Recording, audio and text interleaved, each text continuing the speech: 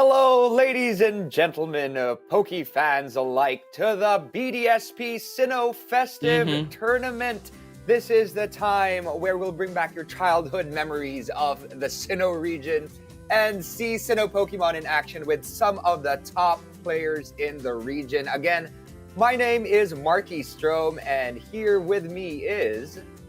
JJ Kun, it's been a while since we were together, but with the brilliant and shining games that we do have, I'm really excited to see what we do have for this time.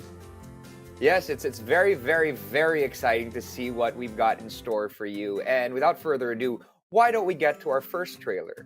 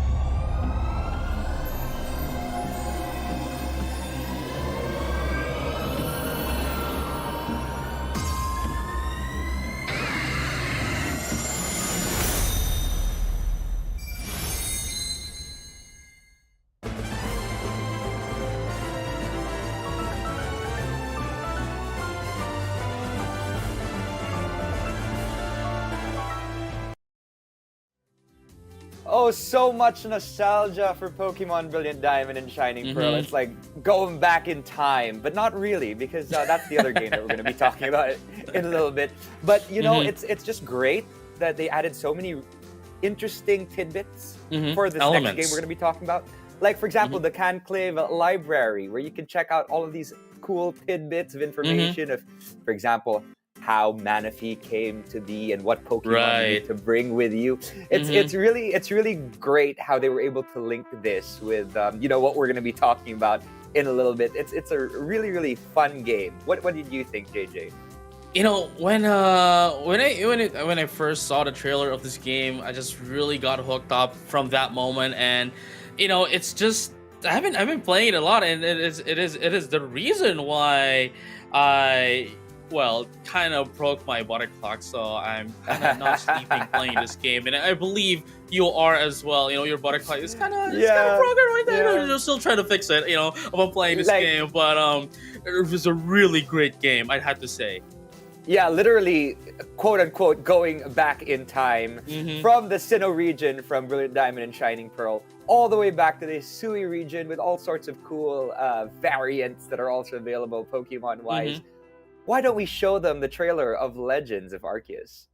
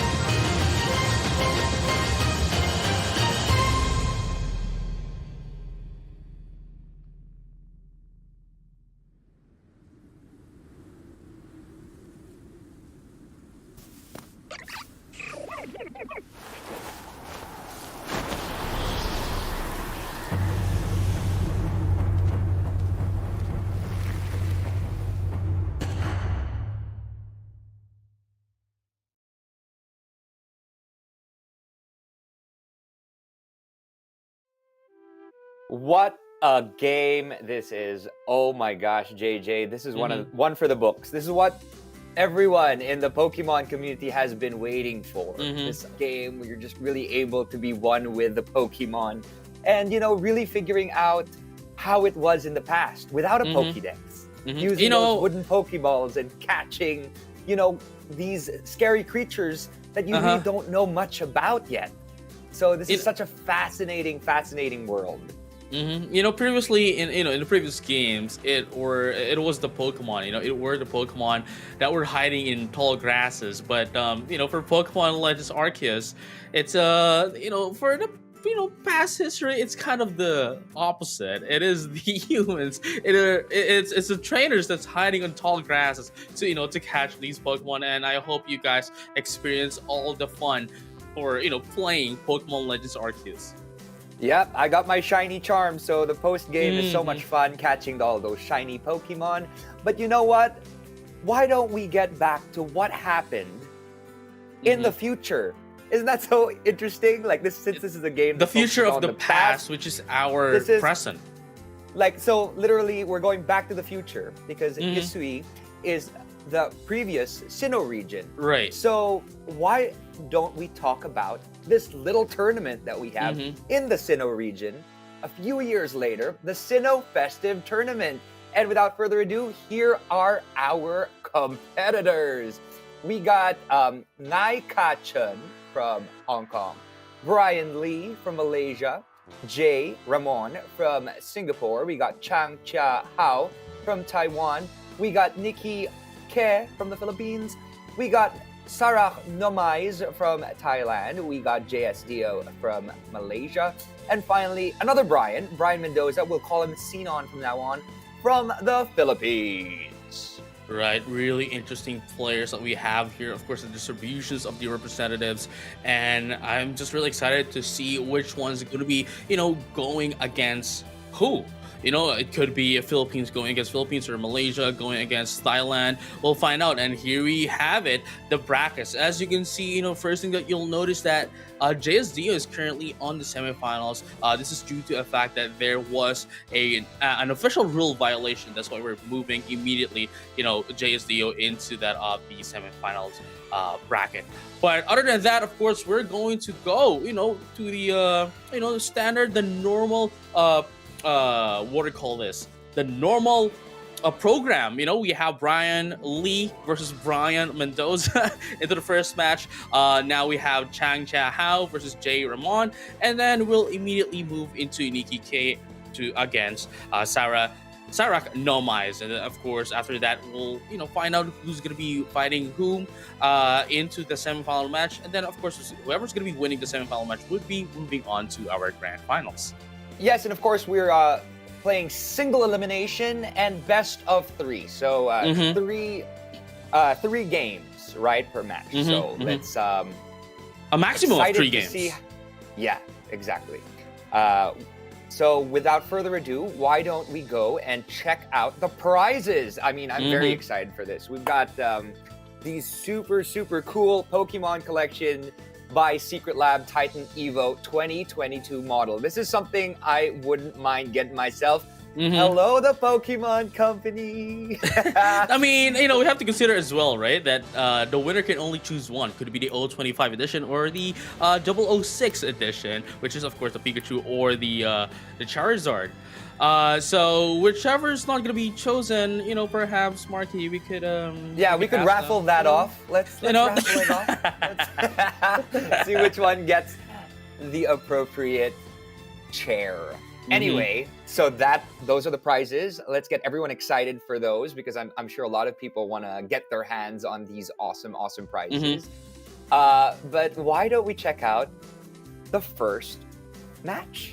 Yeah, let's now check out the first match. It is going to be Brian Lee from Malaysia going against Brian Mendoza or Zenon coming in from the Philippines. This is going to be the first match of the day. We have 6 matches. And here we come some, a little bit of information from our players. Both of them are age 23, and of course, a little bit of how do you say this? Name twins. You know what I'm saying? Because they're just like there's only not one just letter name twins. different.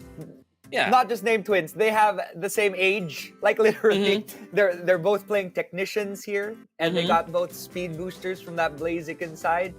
But you know what? As we saw from a while ago, we got both legendaries that they're using here, Kyogre and Apalkia, are both water types. So what else can you say about these teams, JJ? They're not necessarily almost identical, but you know, it's interesting to It's see that pretty we have two Brians starting out the round. Yeah, before I get into that, for those who doesn't know, you can now, in our rules that you could bring at least one restricted Pokemon, which of course in the form of Palkia and Kyogre for Brian, and for for both of the Bryans. For both Bryans. For Brian and for Brian. I was gonna say B&B. that. But yeah, moving into their lineup, as we can see, it's mostly similar, only with the changes of the the Dragonite, the Breloom, and of course the Weavile and the Gengar. So with their lineup, of course, we have the Blaziken, we have the Technician users. They could probably start off with the Blaziken as well, and from there, whoever's going to be the slower Pokemon, obviously we might be able to see a speed tie here from both of the Blaziken. Whoever's going to be the first one here, or at least the first one to be able to take down whichever's Blaziken, I believe would have the advantage over the other. Yes, and also watch out for those pickpockets. Watch out for those disabling moves of Gengar, or the Cursed Buddy. And we'll see who takes on the first match. Why don't we go into the first game? Let's do this. Yes. Let's have it. That champion time. Zenon, coming in from the Philippines, is going to be sending out the Kyogre first instead. Not the Blaziken, but the Kyogre. Of course, it has the ability of a drizzle, which will bring out the rain weather into our field. And of course, as you mentioned, there's a Cursed Buddy from the Gengar. So let's find out which Pokemon they're going to be using. As we saw, we've seen the Weavile and the Palkia into the side of Brian, but we still don't know which Pokemon Zenon has from their arsenal. Exactly. So that's the Kyogre versus that Gengar. They are thinking things through, right? We want to see what exactly comes out first. You really got to think this the right way, because with that Gengar out, that first body, well, it's gone back. Gengar knows that it needs to be changed in with a Palkia. We got two legends up against each other. With that pressure on, watching those PPs on Kyogre's side, Water Sprout doesn't do too much damage, as it is resistant against that times 4. And possibly, who knows, a possible paralysis. What do you think, JJ? That Kyogre just went back into the other side, pushing out that Latios. We got that dragon versus that dragon right now. And now it's really interesting because, I believe what Zenon is thinking here is that, there's a possibility that this Palkia has his Thunder. Of course, I'm just going to be switching out so that I would be able to take in the damage. Unfortunately, Brian was able to see it from a mile away to ensure that it's only going to use Thunder Wave to, get the paralysis onto the other Pokemon instead of using Thunder that could, while it is 100% accuracy in weather, in the rain, I think it's the most obvious thing to do. That's why they kind of deviated from doing so, and now they were able to successfully take the paralysis into that of the Latios, which would be a huge deficit for the side of Zenon. Exactly. So now it's taken out. Latios has been taken out by Zenon, and he is sending out his Kyogre back on that field, because that paralysis is not going to be good for that Latios. We've got this. That's going to do a decent amount of damage on that Kyogre. Decent amount of damage with that Dragon type move. Let's see here that Kyogre does the Thunder, which is, does a good amount of damage as well to Palkia. It's not super effective because of that Dragon typing. And it is doing the same thing with that Kyogre, taking Zenon's Kyogre down for the books. I like what Zenon was thinking, I like what Zenon was thinking, knowing the fact that they might be using Spatial Run, to take down the Latios, immediately switch in the Kyogre just to be able to, getting some damage. Unfortunately, though, knowing the fact that it now has Thunder, I believe they weren't expecting the Thunder to come out. That's why, at least wanting to put a lot of damage into the Palkia, but unfortunately wasn't able to do that. But here he comes, Blaziken, of course, going in for the protect here, just to be able to get that speed boost to get the +1 into the speed. And, it's going to be the faster Pokemon now moving forward. Yes, and I really liked how that Palkia used that drizzle to its advantage, right? Using that Thunder without that accuracy check. We got the close combat coming in from Sinnoh's Blaziken taking down that other legend. We've got no more legends on the field this first game. We got, of course, that defense and special defense goes down when that close combat hits, right? But as we can see, it did lose some HP from that Life Orb. Blaziken did get that speed boost, though. After, well, it protected, it got a couple of speed boosts in. Here we go. We've got a Weavile coming out. Oh, that could be, that could take a lot of damage from that Blaziken. What do you think? Right, but we have to consider the fact that it has focus ban as well. So whichever Blaziken is going to be doing against a Weavile is still going to survive with at least 1 more HP. Now, they need to be able to take down this Blaziken immediately. And from there, since they have the Weavile and, of course, the Gengar, they could easily take out the Latios as well. But the biggest threat right now that is into the side of Brian is this Blaziken. But right now, it's going to go in for the second protect, but it doesn't really matter at all, as they're just going to be switching in. They're still going to be getting that free speed boost from the Blaziken. Exactly. So now it's currently at +2 speed. And I liked what they did when they put out the Weavile, and then that Blaziken tried to do a close combat, and it didn't actually hit it because it switched out into Gengar, which is a no effect damage, right? So there's more recoil damage, more Life Orb damage. That adds up, right? But it is fast. I have to say, this speed boosted Blaziken now has boosted to a certain, will be able to outspeed this Weavile in eventuality. So let's see here what actually happens. I mean, I don't know if that Weavile can do too much now versus this Blaziken. Possibly, oh, there you go. A possible U-turn, really, because it probably knew that there was that focus sash on it, so it would be going back in to switch out for something else, right? So let's see here.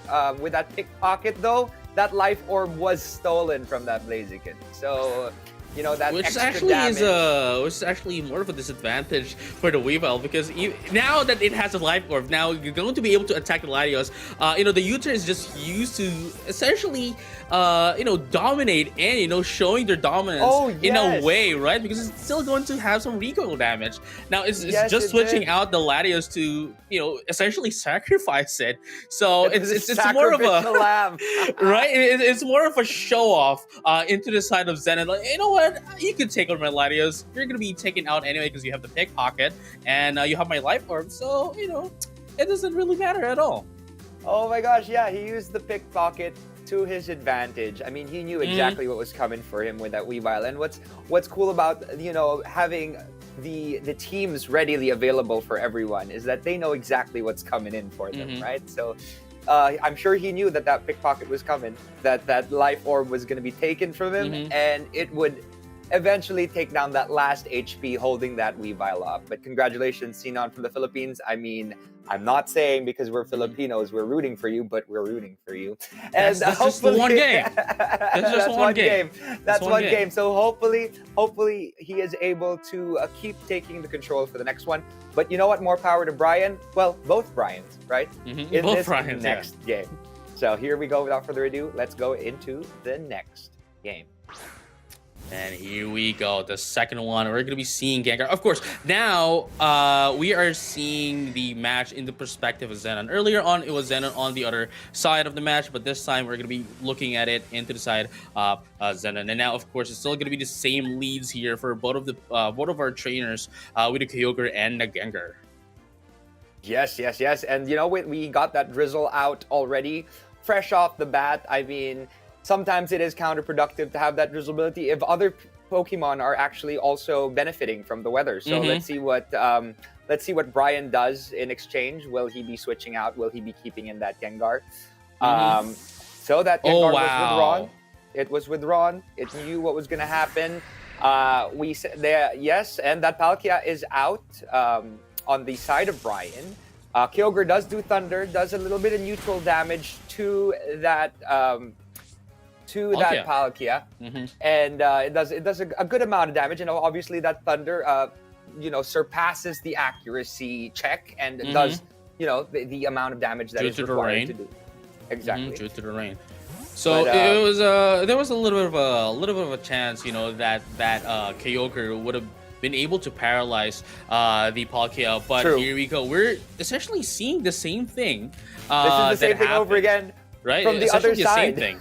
From the other Yeah. side, essentially the same thing from the first game. Unfortunately, this Latios is still not going to be able to do a lot here. This Latios, of course, if it's going to attack, of course, the Spatial Run is going to take hit first and probably want to KO this Latios as well. Probably, and most it likely did. one hit KO. It did. It's down. It's down for the books. Latios is out, but I mean, this is what happened last time. I mean, he knew exactly what was going to happen, so he set up for it. He waited for it, and he knew exactly what to do. But let's see if the rest of the match or the rest of the game turns out the same as the first game did. But the Kyogre's out again versus that Palkia. Let's see if it is able to take down this Palkia again with Thunder. Yeah, it is scarfed actually. You know, if you didn't notice, it is scarfed, so it's going to be the first one it's going to be faster. to attack. Yeah. That Thunder Wave slowing down that Kyogre. I believe with the speeds, right?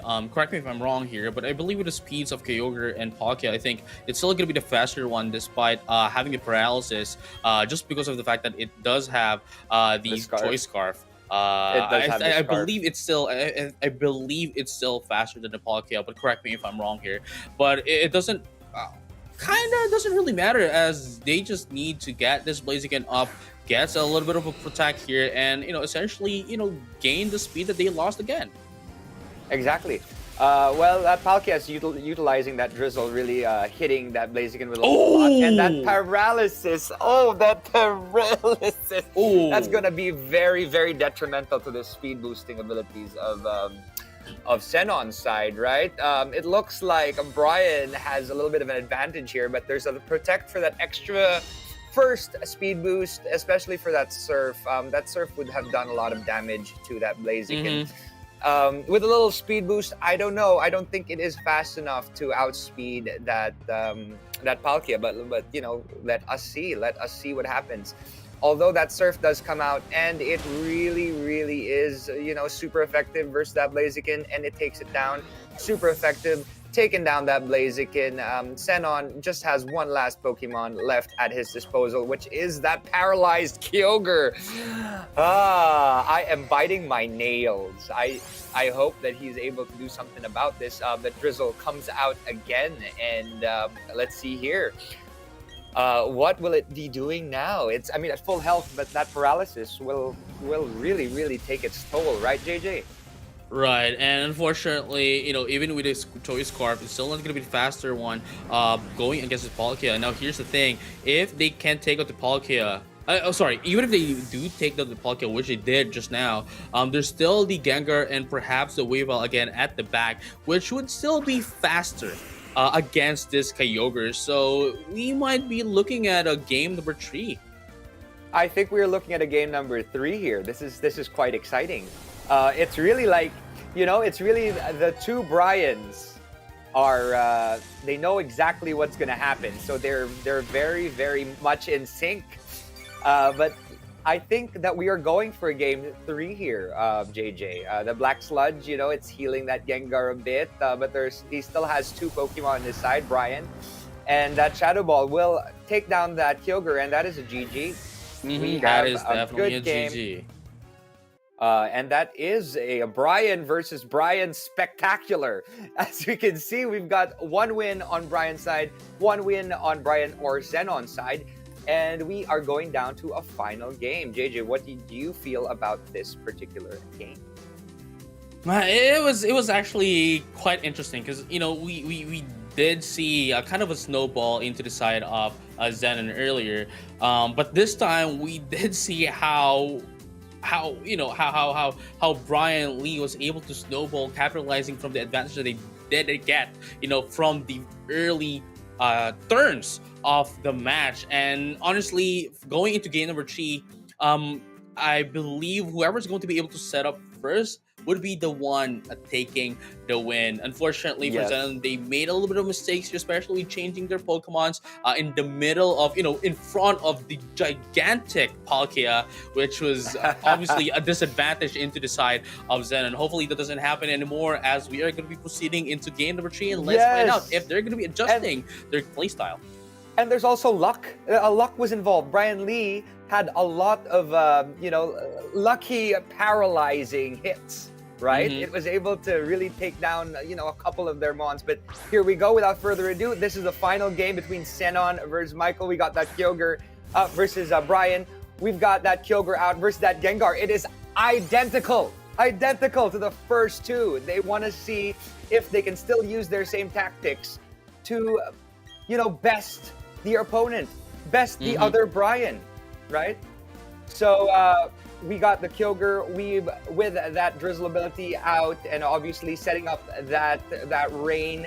And you know what? Brian is actually utilizing it to his advantage because he is able to use the rain to his advantage. Right, and they are bringing up the same leads here. Perhaps we might be able to see the same, the history repeating itself from game number 1 and game number 2, and we're gonna be seeing the switch in here once again coming into the side of Brian. Obviously, we're gonna be seeing the Thunder as well. Perhaps we might be able to see the Paralyzed this time for the side of Zenith, because for all the times that they have been using it on game number 1 and game number 2, it hasn't happened, but now it did, and definitely this Kyogre is going to deal a lot of damage against this Palkia. Yes, and you know what? That is paralyzed. And a Dragonite has been sent out, which we haven't seen yet. That Dragonite will be doing a good amount of damage from Brian Mendoza or Sinnoh towards that Palkia. He knew that there's going to be a Palkia coming out, so he took out that Dragonite. Although, I believe that Habanberry did weaken the damage from that Dragon-type move, but that didn't matter. It took down that Palkia right away. This looks like a possible GG. Oh wow! But who knows what Brian has in store, right? Because that doesn't have the Weavile anymore. Yeah, it doesn't have the Weavile anymore. Unfortunately. But now has the Blaziken with the speed boost. Now, there's still a lot that Brian could do here, especially again with the Blaziken, and of course with the Muscle Band as well, plus 1.1 into its attack. And now we're gonna be seeing the Outrage here, of course, with the Lumberry, of course, to remove the confusion. Still, it's there's a lot of moves here by Blaziken that is not really a very effective hit, a very effective move versus against a Dragonite. Yeah. Right, and even if you could use Sword Stance, with this rain, it's going to reduce the damage that Flare Blitz can do against. And with the help of the multi-scale as well, look at the damage. Yes, that multi-scale ability, obviously, when it's at full HP, it'll only take a very minuscule amount of damage with the rain, and it's a fire attack. It's really not very good damage. That Dragonite did very super effective critical hit damage on that Blaziken, really doing enough damage to almost take it down. Although Dragonite's burned, which means that its physical attack has been compromised by a certain amount. We know how bad burning is. It is 50%. PvP. 50%. And you know what? That Lumberry didn't come out at the right time. Well, it didn't take off the confusion, right? That Earthquake, as we know, that Gengar isn't levitating anymore. Yeah. It isn't. So it has taken a lot of damage from that Earthquake from that Dragonite. Although that Dragonite is burnt, it is still doing massive damage towards both that Blaziken and that Gengar of Brian's side, right, JJ? Right, and now using the substitute here, I believe if Zenon here uses Earthquake once again, it's not going to matter, as this substitute is just going to be taken out due to it being a super effective hit. And now we're going to be seeing the substitute to be fading away, and now we're back with a Gengar that's very low in HP, and I believe Gengar here won't be able to do as much. Just like the Blaziken, it won't be able to do a lot of like heavy damage against this Dragonite, especially that it's still a little bit of faster. Well, not Gengar. It is the faster one here, but this Shadow Ball is not going to be able to take it down, and Earthquake is going to be able to take down the Gengar instead. And likewise, when we get the Blaziken, obviously, it's going to go in for the Protect first to get in its speed boost. But if it tries to go in for a double Protect, there's a 50-50 chance that it wouldn't work anymore. So the only thing that they could do here is immediately attack and hope for the best. Yep, it's hoping for the best. But as we know, Zenon still has 3 Pokemon on his side.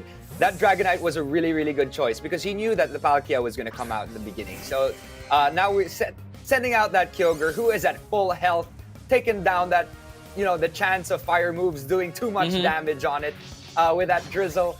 But the Swords Dance will really boost the attack of Blaziken as well as that speed boost. Like that Swords boost. Dance. Yeah, Swords Dance and Speed Boost together. That could be really, really detrimental to Blaziken's fight in the future. But unfortunately here, it's down to a very, very small amount of HP. But let's see how much Protect it can do before he gets unlucky and he no longer can Protect.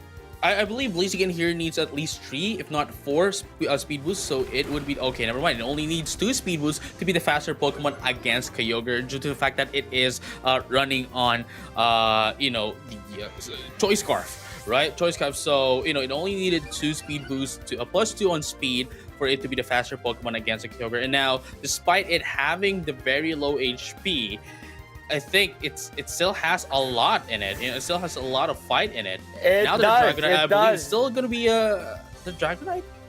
If they use close combat, I believe this Dragonite is going to be taken out pretty quickly. Yeah, this Dragonite could be taken out really fast because, well, obviously with the extreme speed as well. But let's see if the Protect comes out because that extreme speed has a priority. So if it is able to do that first, it has no choice but to Protect. But it failed, and that extreme speed will take that Blaziken down, and that is a GG. Congratulations, Zenon, you win the first match of the quarterfinals. That is very close. Honestly, if Brian Lee didn't go for the Protect, I think they would have been able to KO the Dragonite, and perhaps we might be able to see the last Pokemon as well into the side of Zenon. But you know what? It doesn't matter, as Zenon already won the first game and is going to be proceeding to our semifinals match. Yes. He is proceeding to the first semi-finals match, and that is such an exciting first match, especially because it was between 2 people of the same name, of the same age, with similar strategies. It was just really, really great to see what happened. And why don't we go into the brackets, JJ? Right. So as you just saw, guys, we're gonna be seeing a brackets. Brian Mendoza Zenon is now moving into our semi-final match. Obviously, it's going to be a 2-1, guys, and the next one is going to be Chang Chai Hao versus Jay Ramon. So it's really going to be exciting to find out who's going to be, fighting off against Brian Mendoza later on in the semifinal match. And now we do have our competitors coming in from Taiwan and Singapore, respectively. Yes, we got Chang from Taiwan, and we've got Jay Ramon from Singapore. We got our first female player for the day. Very, very, very excited to see what she has in store for all of us. And we've got Chang versus Ramon in this Pokemon Brilliant Diamond, Pokemon Shining Pearl, Sinnoh Festive Tournament. Let's see what Pokemon they have in store for us today. And here we go. We do have the Breloom, the Cloyster, the Magnezone, the Ludicolo, we have the Kyogre, and the Gastrodon. Really great combination of Pokemon here. Has a lot of coverage as well. But for Jay, they do have the really interesting Rotom-Mow form. We do have the Dragonite, the Ludicolo, the Clefable, we have the Scizor, and of course the Kyogre. It looks like a lot of people are running Kyogre. They're running rain teams, I'm telling you. And what's interesting is if you look at Chang, like it's almost a complete synergy with his Rain team. He's got that Gastrodon, he's got that Ludicolo, he's got that Magnezone, as well as that Cloyster with that Skill Link. They're he is ready to take that on. And on the other side, Jay has that Ludicolo as well as that Kyogre to have that possible Rain versus Rain setup. Although it's interesting to see that Rotom Mow, as you said a while ago, as opposed to that Rotom Wash that is normally up, right? Yes, and you know what? Enough talking about their teams. Let's actually see what is up. You know what? Let's see how they utilize these teams. In the end of the day, that's what it is about how they utilize the right Pokemon and what Pokemon does come out first. So here we go. Let's find out which Pokemon they're going to be sending out. Obviously, onto the other side, it is going to be Chang, and of course, who we're looking at, is the perspective of Jay. Jay, yes. There we go. Yeah. It actually knew. Jay knew that Kyogre was coming out, so sending out that Rotom Mow, will do a lot of damage to that water type Pokemon, because we need that Drizzle to come out first. That Volt Switch does a decent, much more than expected damage to that Kyogre, especially in the rain. Goes back and sending out right into the arena. Let's see here. A possible Ludicolo, which will be really, really, really good in the rain as well. Definitely, especially that this is I believe one of the Pokemon that is used as a counter to these Rain team. As we just saw, there's a lot of them going in for the Rain team, and now of course the Giga Drain, even if they do bring out, like, say, the Gastrodon, right, which is a huge counter as well for Pokemon like Kyogre that has Thunder, they could essentially take it out. But without a grass type Pokemon, like Ludicolo or what do you call this, Breloom, you're not going to be dealing a lot of damage against this Gastrodon. But now we do have the Ludicolo, of course, now out, going against this Kyogre, perhaps going in for the Giga Drain as well, or they might be looking to change the moves to predict it. The Giga Drain has that big root attached to it, which means it will have more drained. So we've got two Ludicolos up against each other. Didn't do as much as if it was going to go and draw a lot of energy from that Kyogre, but it was able to get a lot because of that big root. So now almost at full health. We've got two Ludicolos out. Jay versus Chang. We'll see what happens, because they're both speedsters at the moment under the rain with their swift swim, right? So who will attack first? It all depends, I guess. Right. Obviously, it would all depend on their builds for the Pokemon. Despite them having the Swift Swing ability, with their builds of the Pokemon, it could still depend. It could still change the stat. But right now, we're going to be seeing the fake out here into the side of Chang, and just essentially, ensuring that they're going to have the first move here. Obviously, the actual round, the actual turns from both of these Ludicolo now starts just now. Hey, that it did. And as I actually see here, Josh's actually has a faster Ludicolo. So it might be able to come out in front of Jay in this particular situation. This is going to be the battle of the Giga Drains, I think.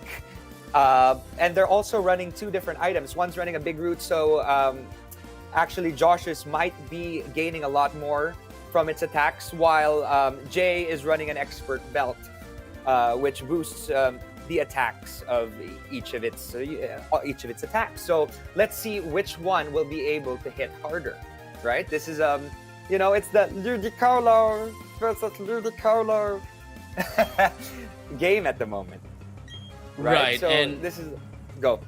Yeah, this is really going to be interesting, because whoever's Ludicolo goes down first is going to have a huge detrimental, just because of the fact that both of these players are running in a rain team and has a lot of water type Pokemon from their arsenal. So if their Ludicolo goes down, then they're going to have a hard time going against the Ludicolo of the other. So they're really just trying to ensure that their Ludicolos would survive. Will survive, exactly. And now the rain's down, so We'll see. We'll see. Interestingly enough, Jay knew that Kyogre would be coming out on Josh's side, so she didn't actually bring out a Kyogre on her side. So this is fun to see. She's got two. From what we saw a while ago, she's got Rotom and that Ludicolo, the grass types, which are very, very effective versus that Kyogre.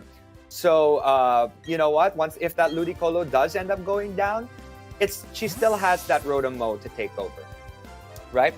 Now we've got that Scissor coming out to prevent that Giga Drain from really taking too much, as it is not very effective versus that Scizor.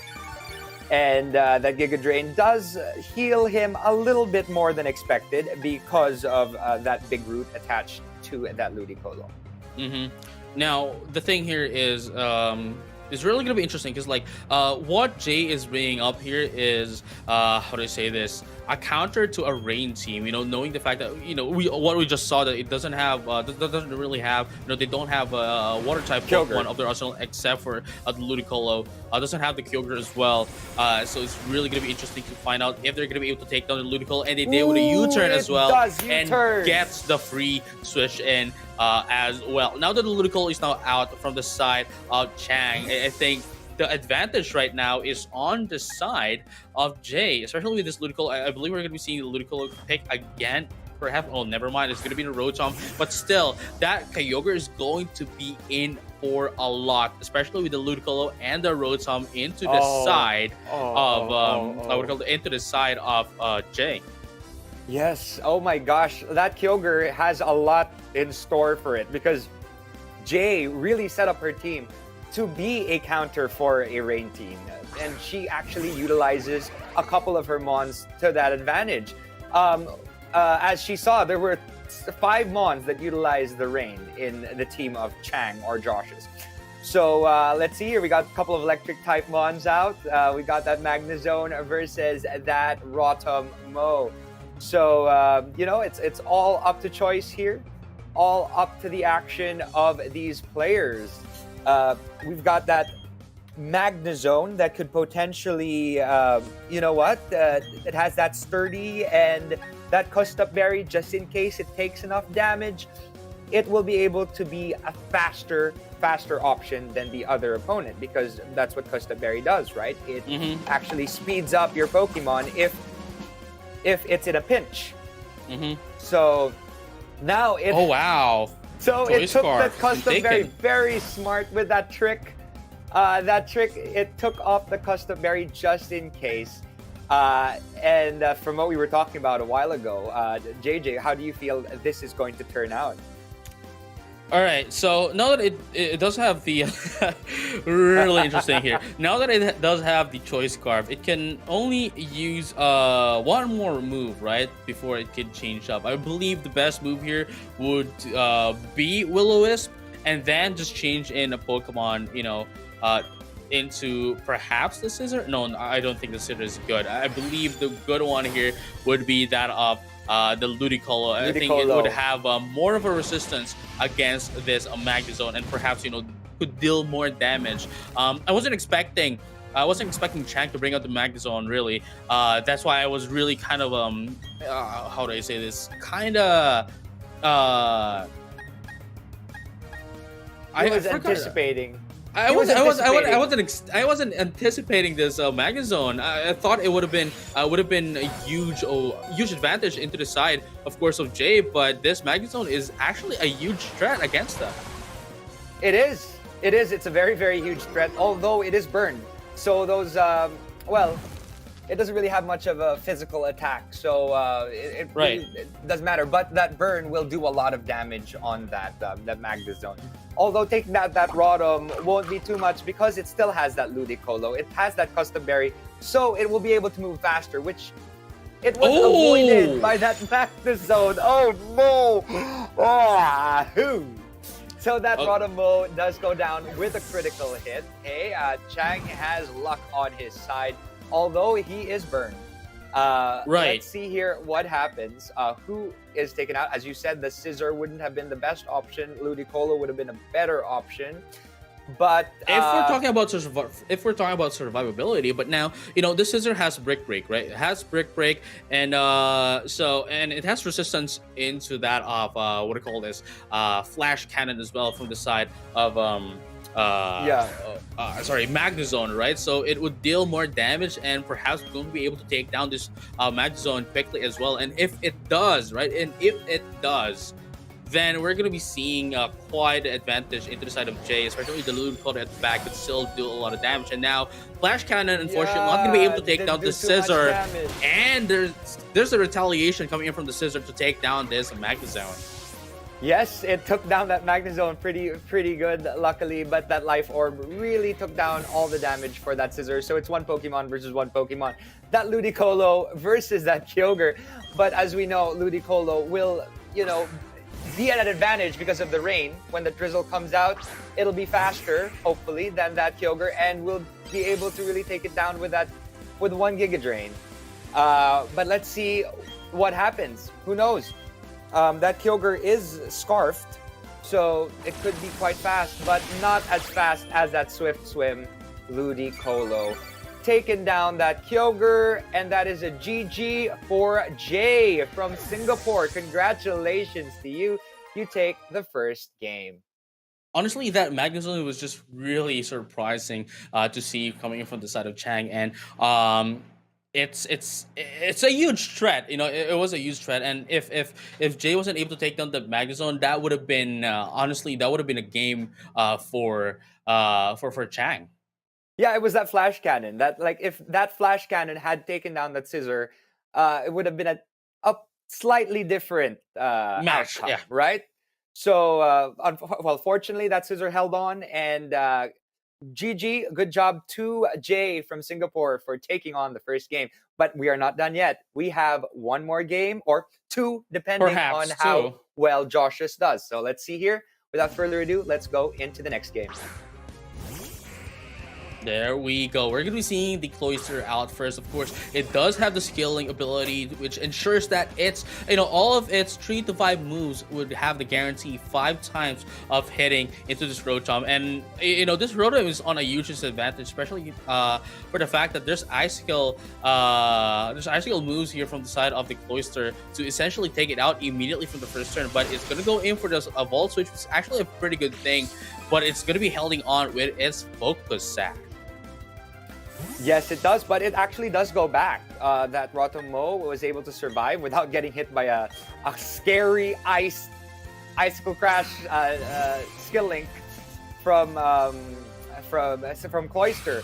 Icicle Spear, sorry.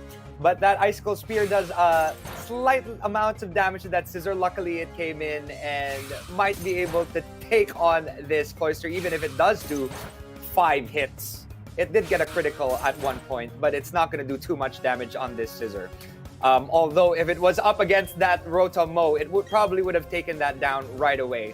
So that was a smart move on the part of Jay. So let's see here what this Scissor does. Although that we know that Scissor has a lot of super effective moves versus that Cloyster. That Technician, as we know, that Technician really boosts the attack power of a lot of its lesser moves, like Bullet Punch. Lesser damaging moves. Sorry. And it took down that Cloyster. Scissor, though, has that Life Orb, so that it is losing a little bit of life as we go along, JJ, right? So what do you think is a good option now for Chang to do? It's different, especially to the point that we don't really know what they're going to be bringing out. But obviously we do now see that they have the Kyogre.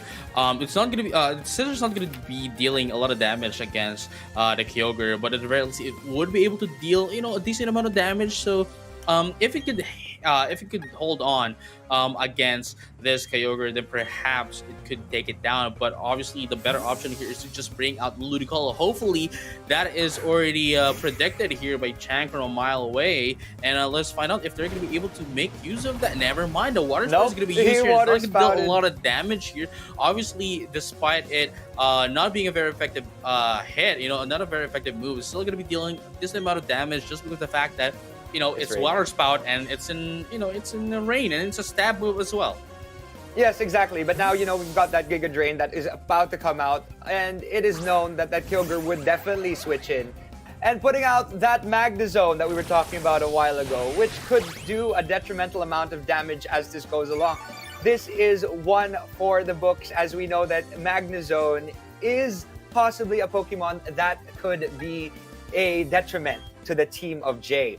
So, switching out, I think that would be the best option at this point in time. Taking out that Ludicolo and maybe moving in either with a Scizor or back to that Rotom-Mo to maybe do another Will-O-The-Wisp as it did a while ago to burn it, because that's probably going to be the fastest way to take it down, as it possibly could stall its opponent, right? Yeah. So it could be a Will-O-Wisp, who knows, there could be a Trick in there.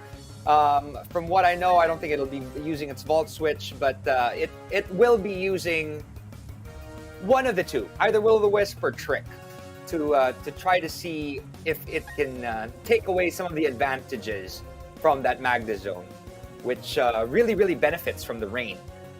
Any electric type move from that Magnezone could do a lot of damage, although that grass typing from that Rotom-Mo really won't take too much damage from any electrical attack coming from that Magnezone. Right. Honestly, if I'll be asked, I would rather have the Rotom going for the Will-O-Wisp, and I believe that is what Chang is thinking as well. Probably going to be seeing this, wanting to see that Will-O-Wisp. That's why they switched out the Kyogre, so that even if it's burned, it's not going to be dealing as much of a disadvantage against Kyogre, because it's a special attacking Pokemon. But now we do see the Trick here, and it's going to be taking in the taking the item of the Choice Scarf as well. And it's Choice Scarf as well. for a Choice Scarf. But I think he has an extra move right in between, so he could change it up from Trick to something else. So now I think he might be doing a nice Volt Switch to switch in for another Pokemon that could be good, super effective against that Kyogre, which in my opinion would be that Ludicolo. That Rain is back out, so we'll see. That Volt Switch will do a decent amount of damage to that Kyogre. Ooh, yes, it did.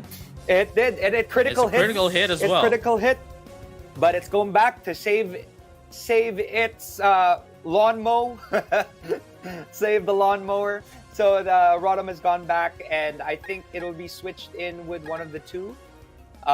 Will they be switching in the Ludicolo or the Scizor? It all depends on what happens next. The Ludicolo is the best option because of that Giga Drain.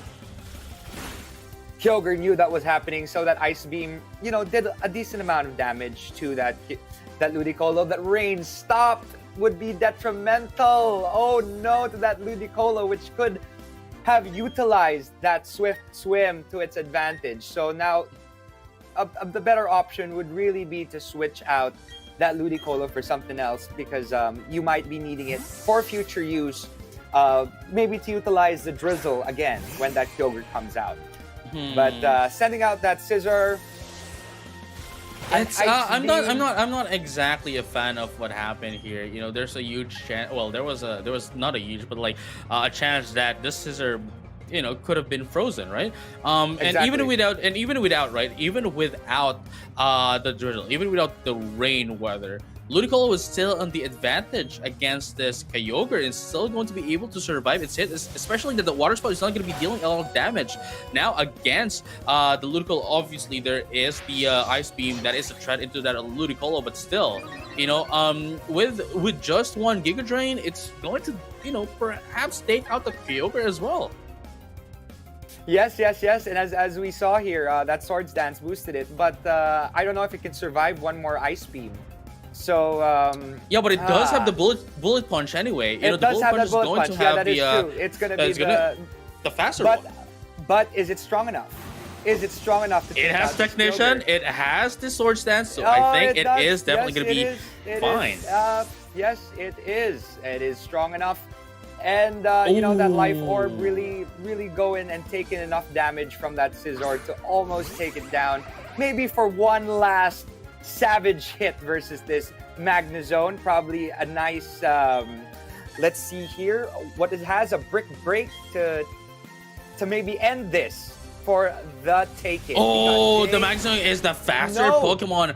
Unfortunately, is gonna be able to take the Scissor, but we have to remember the fact as well that there is still the Rotom and the Ludicolo. Perhaps the Rotom is gonna be sent out here for the Will-O-Wisp, and then immediately switch out into that of the Ludicolo, so that it would change its move set, perhaps. Or I don't think Jay wants to give out the choice scarf here against that a Magnezone, because that could potentially turn the tables around against that. It could, yeah, because the Magnezone is already very fast. It outsped that Scissor. So let's see here what happens. That the Magnezone is virtually almost full life. I mean, if that Scissor was able to do that Brick Break, that could have been the end for Chang. Although now he actually has a chance because his trump card is that Magnezone. And here we go. Unfortunately, instead of bringing out the Rotom, they actually went in for the Ludicolo instead. Obviously, we have the Focus Blast to be, the Focus Blast is the the super effective hit, a super effective move against this Magnezone, but of course there's still quite a huge chance that it is going to be missing. But of course, with the help of the Discharge, it's going to be able to take down this Ludicolo. Perhaps if they went in for the Focus Blast and took the risk, it could have went underway, but at the very least, that serve was able to deal guaranteed damage against this Magnezone. And now we might be looking at a game number 3, depending on what happens now. Obviously, this charge is not going to do a lot of damage against Rotom. So, and if they go in for a Will-O-Wisp, they won't be able to do anything anymore. They won't be able to choose any more attacks. So, perhaps Volt Switch is the game here. Perhaps it's the trick. But let's find out if they're going to be able to take down this Magnezone. Unfortunately not, but it's going to be able to survive this Flash Cannon and going to be able to take in the game as well. That's going to be a 2-0 win coming in from the side of Jay. Yes. Go Jay. That was a very, very smart choice. And then she knew that Rotom would actually be able to survive that Flash Cannon. Although, as we can see here, it's faster than normal. So if another Flash Cannon can come through, if this is a critical, it still wouldn't have done enough damage. Not very effective versus that Rotom. That Volt Switch is a GG, taking down Chang's Magnezone. And we have our second semi-finalist, or third, if you think about it. Jay from Singapore has won the second quarterfinals game and match. Well, as you mentioned, perhaps the third, because we already have a Void being the first one to get in on our semifinal match. And obviously, Jay is going to go against Zenon later on in the semifinals match as well. But before we go to our semifinal match, we still have one more match to play through on our quarterfinals. So we'll before we find out which players are going to be going against each other, onto our semifinal match. So obviously we did see Zenon winning their game first, and then of course we have Jay as well just now, and they're going to be fighting off each other into that of the semifinal match. And of course, now that Jay's Dio or Void is now on the semifinal match, we're just waiting for the winner against the match of Nikki going against Nomize, and whoever wins that is going to be fighting off against JSZO into the semifinal match. But right now, here we come, the final quarterfinals match for the day. The quarterfinals for Nikki versus Nomize from Thailand. Yes, we got the Philippines versus Thailand today for our fourth quarterfinals match. We've got Nikki and Sarak from Thailand, and this is going to be an exciting match. Let's see what Pokemon they have in store for us today to see who is going to be up against what. We've got 2 Mewtwo's. How crazy is that? We've got a couple of Mewtwo's, and as I can see, we've got a couple of screen users today. Couple of screen users, and that Azelf of Nomize and that Mewtwo of Nikkei, who's using that Mewtwo as a utility. We've also got that Togekiss. Watch out for those air slashes, right? Watch out for those air slashes, and we've got those Regenerator. Sorry, My English today is a little bit off. And we got Blissey with her Serene Grace. We've got Serene Grace users left and right because we had technicians in the first few matches. We've got a couple of screen users as well as Air Slash, Toby Kisses, Serene Gracers today. So what do you think, JJ? Right, and if we can check this out, I believe this is also, the Blissey, right? The Blissey that has Flamethrower, so and Ice Beam as well. Ice So Beam. more of an offensive Blissey that is used as a counter to Pokemon that has Technician and perhaps the counter to Grass type Pokemon as well. Knowing the fact that there's the likes of Scissor, if it's hit by a flamethrower, obviously Blissey is not going to deal as much damage, right?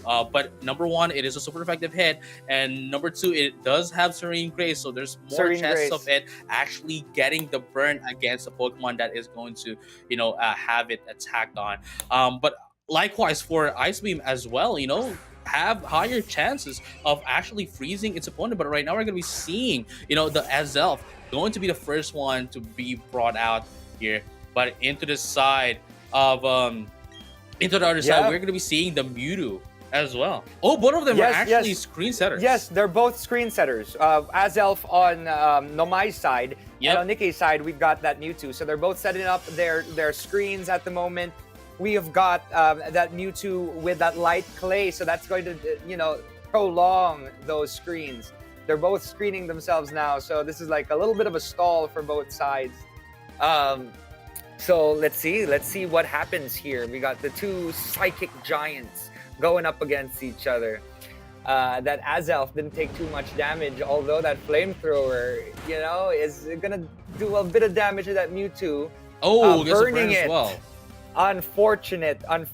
Although it is, it does lower that physical attack on Mewtwo's side, right? So let's see what happens here. I know that that Mewtwo is equipped with Psy Strike, so might not do too much damage. It's not very effective. In my opinion, that Azelf is at an advantage at the moment, especially because that Mewtwo is burned. What do you think, JJ? No, yeah, I mean, even if it's burned, right, it doesn't have any physical attacking move anyway, so it's not as detrimental, right? It's not as detrimental, aside from the fact that it actually is burning its HP every after turn.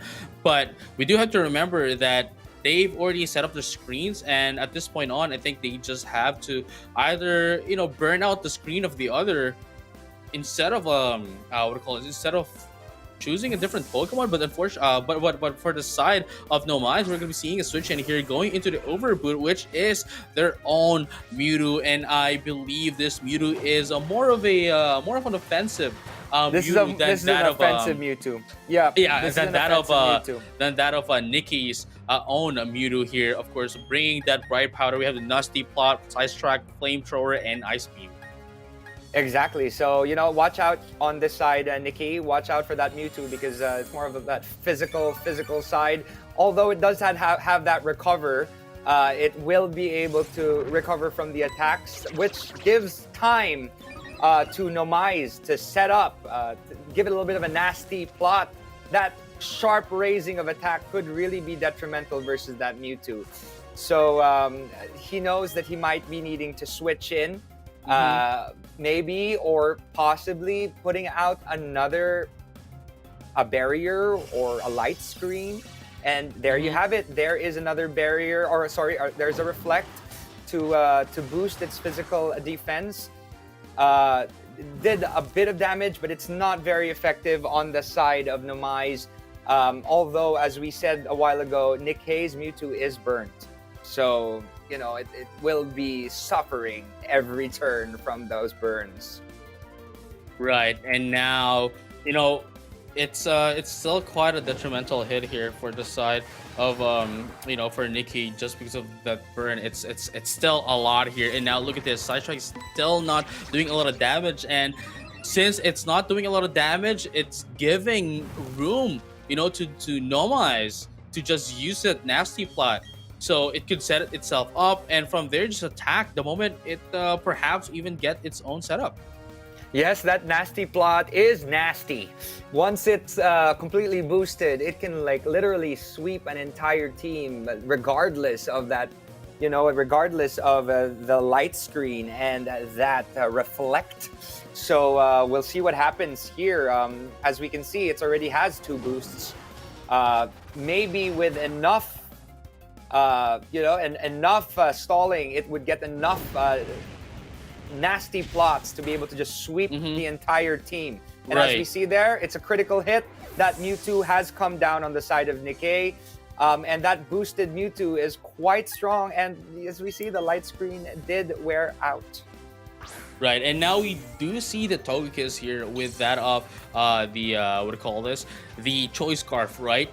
But still, despite it being faster, and of course, obviously, it does have the Serene Grace.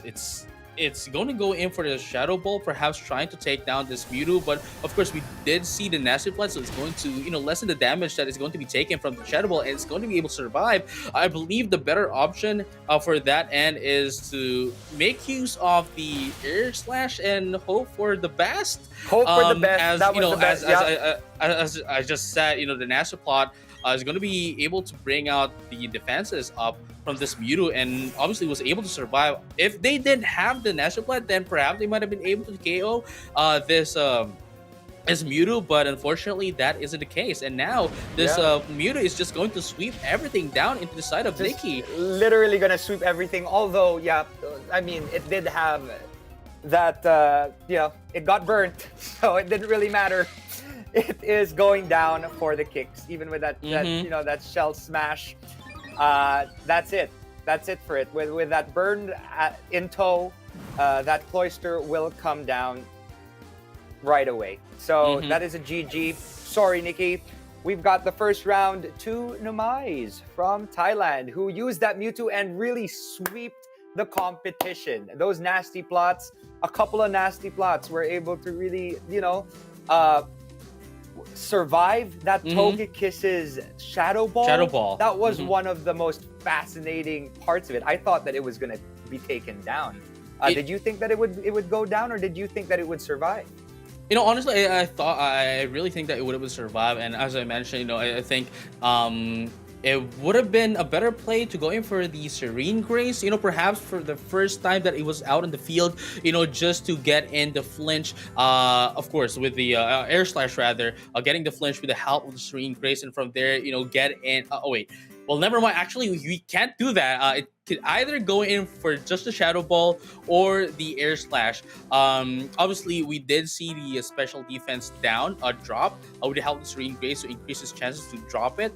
But the flinch, I believe, would have been a better a better result, to essentially disable the Mewtwo from the side of Numais. But what happened already happened, and the only thing they could do is bounce back from this loss.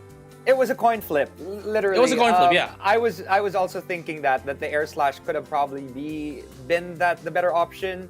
But 2 nasty plots, that really comes down to being quite nasty, especially if you have a Mewtwo that's about to sweep your entire team.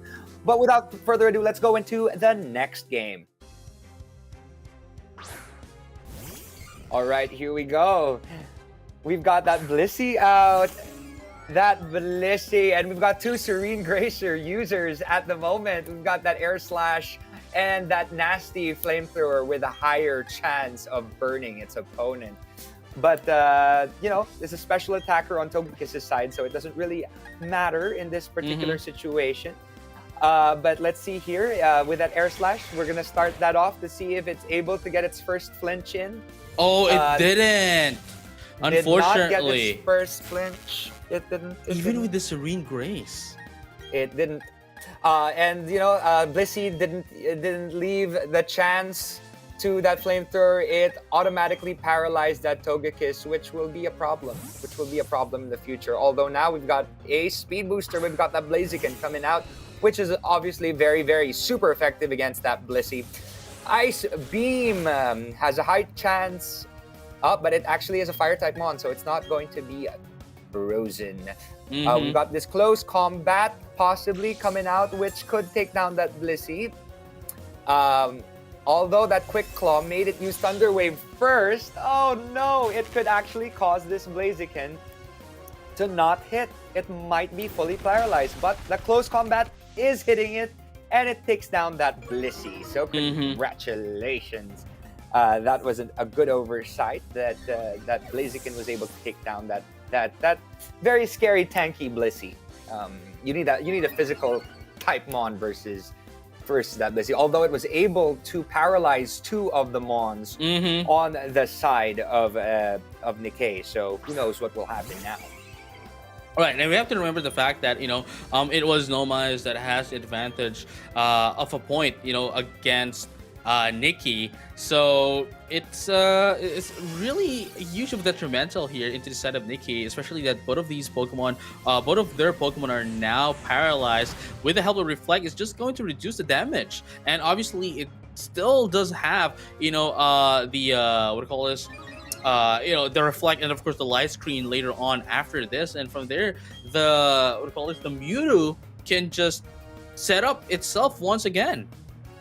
Yes, I feel terrible for this Blaziken that has a speed boost, but it's not going to be utilized very well with that paralysis, right? So this Flare Blitz will be enough to take down that Azelf. It is a critical hit, taking down that Azelf for the toe.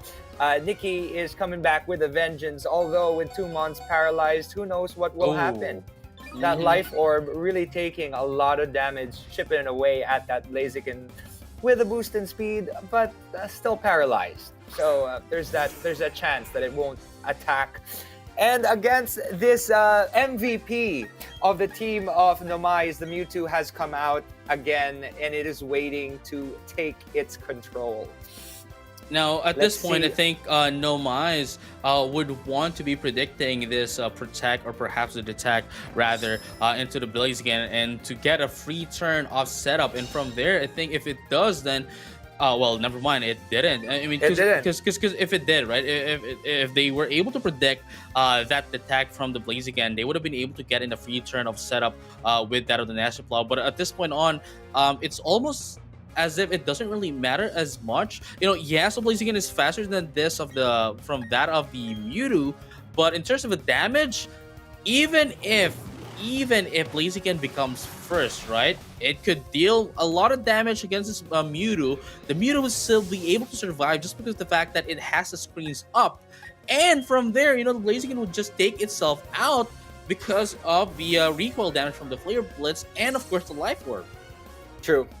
And now we've got that shiny Togekiss out, maybe utilizing that Shadow Ball that it was using a while ago, or it could have used that Air Slash to maybe lower the chances of Mewtwo attacking with a little flinch. But hopefully this Shadow Ball, if it is a Shadow Ball, does enough damage to, hit Mewtwo enough for it to be taken down later on. Although this Ice Beam really does a good amount of damage. If the Shadow Ball was able to hit, even if it is paralyzed, that Blissey did its job in the beginning, and it didn't do damage at all to that Mewtwo. Very, very little damage. Azelf going clutch. Azelf really helping out this Mewtwo right here into the side of Nomais, because if it wasn't for the Light Screen, I don't think this Mewtwo would have been able to survive. That is especially true. It doesn't have Nasty Plot. Light Screen. Exactly, right? Exactly. It would not have survived at all without that Light Screen. So thank God for that Azelf that came out. Thanks Arceus for that Azelf. So now we have this Cloyster that has come out. We've got that skill link, a possible potential here to do a little bit of damage to that Mewtwo. But we can only tell. Time can only tell. Because we've got a couple of screens up for that. We've got a screen up for that Mewtwo, so it is able to take a decent amount of damage. Right. Well, from what I see here, a Flamethrower could be doing a... Oh, wow. 2 more HP. And, the risk was quite a lot to take in, Going in for the Shell Smash is definitely going to boost its attack and its speed as well. And from here on out, I think we're looking at a we're looking at a 3 game if this hits, and it definitely is. Icicle Spear is gonna be. Oh, never mind. But it does Reflect. no damage. Azelf on the Reflect. clutch. Thank Azelf God on the for clutch. Azelf. Oh my Yo, gosh. Arceus Tank definitely sent Bidoof. out that Azelf. Yes. Tank Bidoof. No, here's the thing. If it were, if Nikki actually went in for the Rock Blast instead of the Icicle Crash, well, I believe, of course, there's a stab. It's a stab move. Icicle Crash. Icicle Spear rather is a what do you call this? It's a stab move. Rock Blast actually has a chance to flinch the other Pokemon, and there's 5 times of it. So that would have been a denial into the side of Nomize. But you know what? That's not what happened, and Nomize was able to punish that by surviving in a clutch thanks to Azelf with the Light Screen and Reflect. That was very smartly played. Congratulations to Numais from Thailand for taking the 4th slot for the quarterfinals and to the semifinals. So we've got our 4 semifinalists right now. And without further ado, here are the brackets from our best of 3 single elimination quarterfinals. Brian Mendoza from the Philippines moving on, as well as Jay Ramon moving forward from Singapore, as well as JS Dio from Malaysia, and Sarak Nomais from Thailand. 4 different regions. Who will take home that trophy? Our first matchup is going to be Brian Mendoza or Sinnoh versus Jay Ramon. So why don't we get into that? Team-wise, how do you think Jay fares against Sinnoh? It's interesting because we saw Jay has a little bit, not a little bit actually, has huge counter against rain teams, but albeit them having quite a difficult time as well. But Brian, I believe all Brian needs to have is to get the advantage from the first turn, and from there they can immediately snowball. However, if they can't get the advantage that they need, the setup that they need from the first, from the first turn, I think Jay can easily punish Sinnoh from here, just like what happened on the second game on the first quarterfinal match. Yes, exactly, and that Mo Rotom is something else. I mean, especially countering the rain teams. It knows exactly what to do, and we also have to realize that Sinnoh has a couple of technician users, so he might be able to get the job done as well. And there's that synergy between that Kyogre and that Latios that Jay can also take advantage of in her side. So who knows what happens now? It's all about which Pokemon comes out first and who does the better job at analyzing their opponent. So here we go, Sinnoh. Ooh, the first time we're going to be seeing the Breloom. Yes, and that Kyogre on the other side. We're looking at everything now from the side of Jay. Kyogre has come out with that Drizzle. She did not utilize her Kyogre before, but now she has chosen to use it instead of that Rotom Mo, which she had used in the previous rounds. So here you go. There might be a switch in. It might just actually be a Drizzle that comes out into play. And, and just sending out maybe a Ludicolo or what other possible Pokemon she has in store to counter Sinnoh in all his glory. What do you think, JJ? Right. Now, knowing the fact that there's the Breloom, there's there's the Sleep Powder as a threat here. So obviously going in for Ludicolo is more of a more sensible switch in, to do choice rather. Going for the Bully Seed as well is going to, oh my goodness, this is going to be tough, especially if it hits 4 times. It only needs 4 times because the third hit is going to be able to survive. Never mind me. Don't mind what I'm trying to say. I was trying to calculate it from the first hit, and I was like, you know what, this is gonna take 4 times, 4 that hits. Was and very smart. It didn't need it even. But if that Dragonite had come in, that Bullet Seed wouldn't have done too much damage, right? It was anticipating that Sleep Powder, but got something else instead, right? That Ludicolo would have been that perfect choice if it wasn't for that Bullet Seed. which really, which really took down that Ludicolo, unfortunately, for our homegrown Sinnoh. Mm-hmm. Dragonite, though, might do a little bit more damage if it has a flying type attack, which it doesn't. It has a outrage, I think, extreme speed and earthquake at its disposal. It could possibly Dragon Dance just to give itself a little bit of a boost, but well, who knows what might happen. That Breloom is quite strong. That Mm-hmm. Breloom is quite strong, and Sinnoh is really, really, you know, giving Jay a run for her money, right? Mm-hmm. Yeah, definitely. But obviously, this Realm is on a disadvantage, a type disadvantage against this Dragonite. So we're gonna be seeing the Scissor here. Obviously, this outrage is not gonna deal a lot of damage against the Scissor. But still, that is still quite a decent amount of damage into that of the Scissor.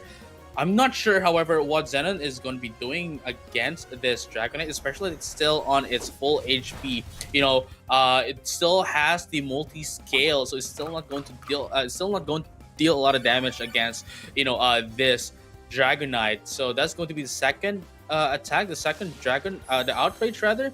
But it's gonna go in for the roost, actually. So Scissor's back at full health again with that Mm-hmm. Dragonite. Still possibly having that one more outrage to go before that Lum Berry gets activated. And it's able to get that in.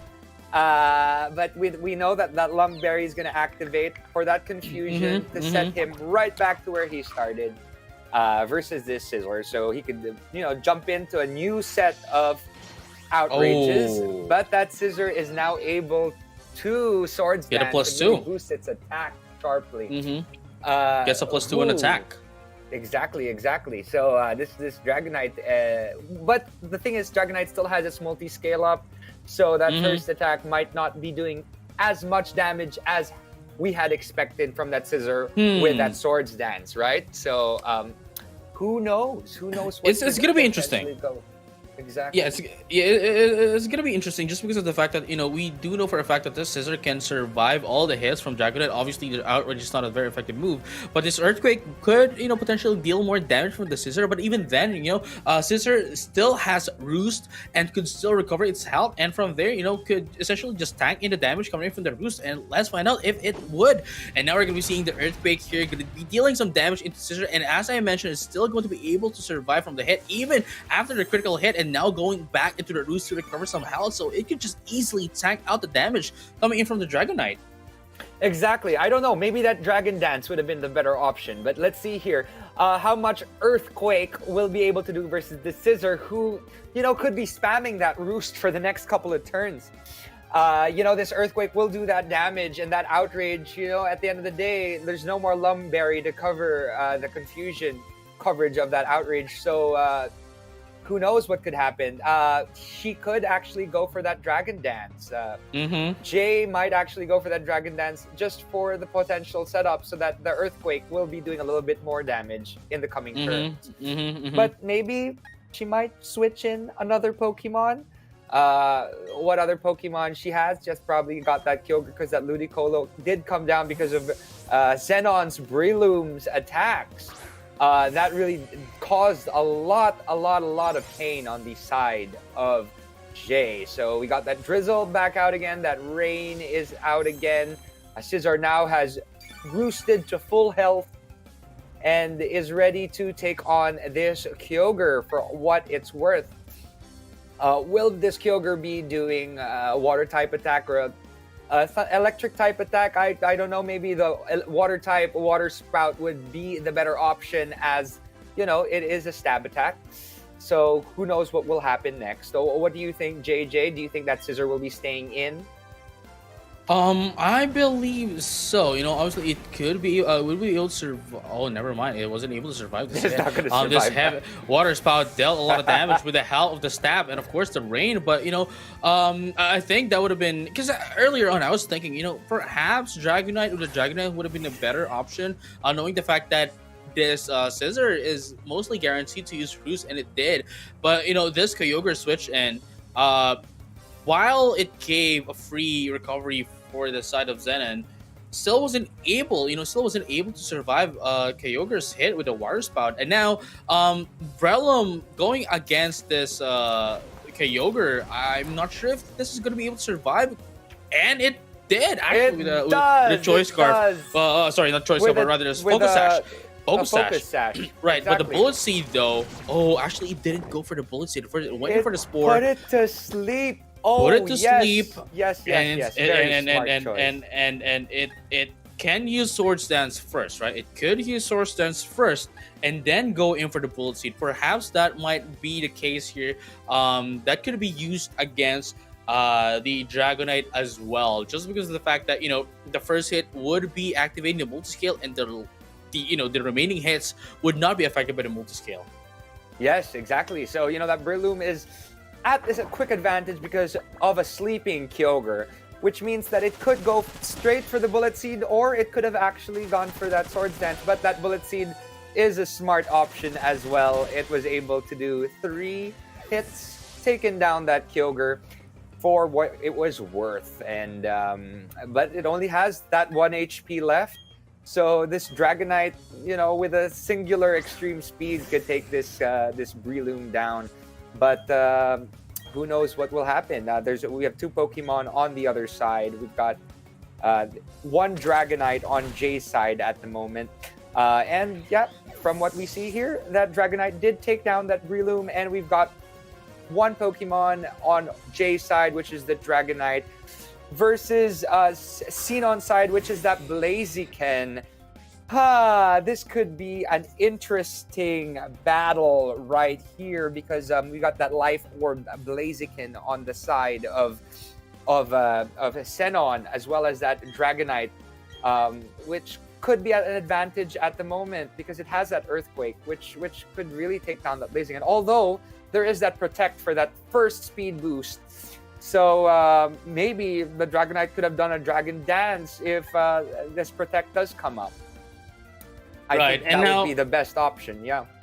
Yeah, I think the better thing here, if you were on the shoes of Jay, you would want to predict, you'd want to think that this Blaziken is going to go in for the Protect, and from there, try to get that, and there you go, it's going to go in for the Protect. That's what I was saying, try to take advantage of that situation and go in for the Dragon Dance after that. And despite this despite this Blaziken getting in that speed boost, it doesn't really matter as much, just because of the fact that it still has multi-scale, and from there it could use its Earthquake just once to take out the singular Blaziken. Earthquake will take down that Blaziken. So Zenon, it is a GG to you from the side of Jay, so congratulations to you. Unfortunately, that Dragonite is a powerhouse, which it showed in the first match a while ago, or was it the third match when Dragonite came out versus that Palkia with Jay. So there you go. That Earthquake was able to take down that Blaziken. It's a GG. Congratulations, Jay from Singapore. You have won the first game of 3. Yeah, and it was just really interesting when I was looking at the screen right here, because I I have multiple screens right now, so it's quite an interesting match here, obviously. And I like how Jay was utilizing everything that they had in their arsenal, and ensuring that despite having disadvantage from the early game, having that Kyogre get taken out by the Bullet Seed, it still wasn't wavering around. It was still, was able to play it properly to get the win. And from now it's a 1-0. They just need one more game and they'll proceed to the grand finals if Zenon doesn't win this one. Interestingly enough, when I saw that Ludicolo take a little bit of, go down right away, I was like, oh my gosh, Jay, I'm sorry, but Zenon's got this. But, I was mistaken. Jay had so many aces up her sleeve, and she's doing very, very well. So congratulations to her for the first game. But let's only find out what happens if she will proceed into the finals if she wins this next one. So let's go. It could only go 2 ways. Either we're gonna be seeing game number 3, or we're going to be seeing our first grand finalist in the game. So now we're going to be seeing the Drizzle here up from the Kyogre, and of course the Breloom is going to be the first one here once again from the side of Zenon. It's going to deal a lot here, a lot of a disadvantage into the side of Jay, especially that this Breloom, for what's it worth, diba? Right? It's what do you call this? It was able to take down the Ludicolo with just 3 hits, and perhaps It was might strong. be able to take Yeah. it might be able to take down the Rotom as well with just 3 hits. Yes, who knows? Who knows what it might be able to do? Because there could be a Rotom, could be that Dragonite back out again. That Rotom-Mo, as we know, is quite a powerhouse, especially as it works with synergy and without synergy with a raid team. It is able to battle other Pokemon that synergizes in the rain. But the Bullet Seed does do a decent amount of damage to Rotom-Mo, but it isn't very effective. So it does a very, very slight amount of damage. We could go and see an actual Will-O-Wisp. But as we know, Rotom's attacks aren't very super effective against Breloom. It's got a Leaf Storm at its disposal, a Volt Switch. It could potentially burn Breloom, which could be a very smart choice. So it could slowly take down that Breloom before it has to go up against a Kyogre, for example. Right, and at the same time, it's also going to be able to cut its attack in half. So that's actually quite a great turn here. That's but a smart here's choice. the thing, right? But here's the thing, though. Would Breloom be able to take down this Rotom first, or perhaps miss this Will-O-Wisp against this Breloom? So there's still a lot of factors, especially that it's raining right now, but it doesn't matter. It's still going to be able to take the Will-O-Wisp against Breloom. Is going to be able to cut its HP in half. Not going to deal a lot of damage now. It's not hitting at all. Look at that. Oh no! It's not doing a lot. Because of that burn, look how much less damage that Breloom is doing against that Rotom-Mo. And on top of that, that burn will do a decent amount of damage to that Breloom every turn. Every single turn. So will he be switching out? Will Sinnoh be switching out that Breloom? Or will he try to stay in and really just take down that Rotom and just live with what he has? Right? With a burnt Breloom, his attack stat has been compromised. So maybe in a couple of turns he can take down that Rotom-Mo. But will it actually be the right option for Sinnoh? Right. But as we know, that Rotom is stuck. He is stuck. It's the problem with the scarf, right? Even if it has a problem with Scar, but here's the thing, with Breloom,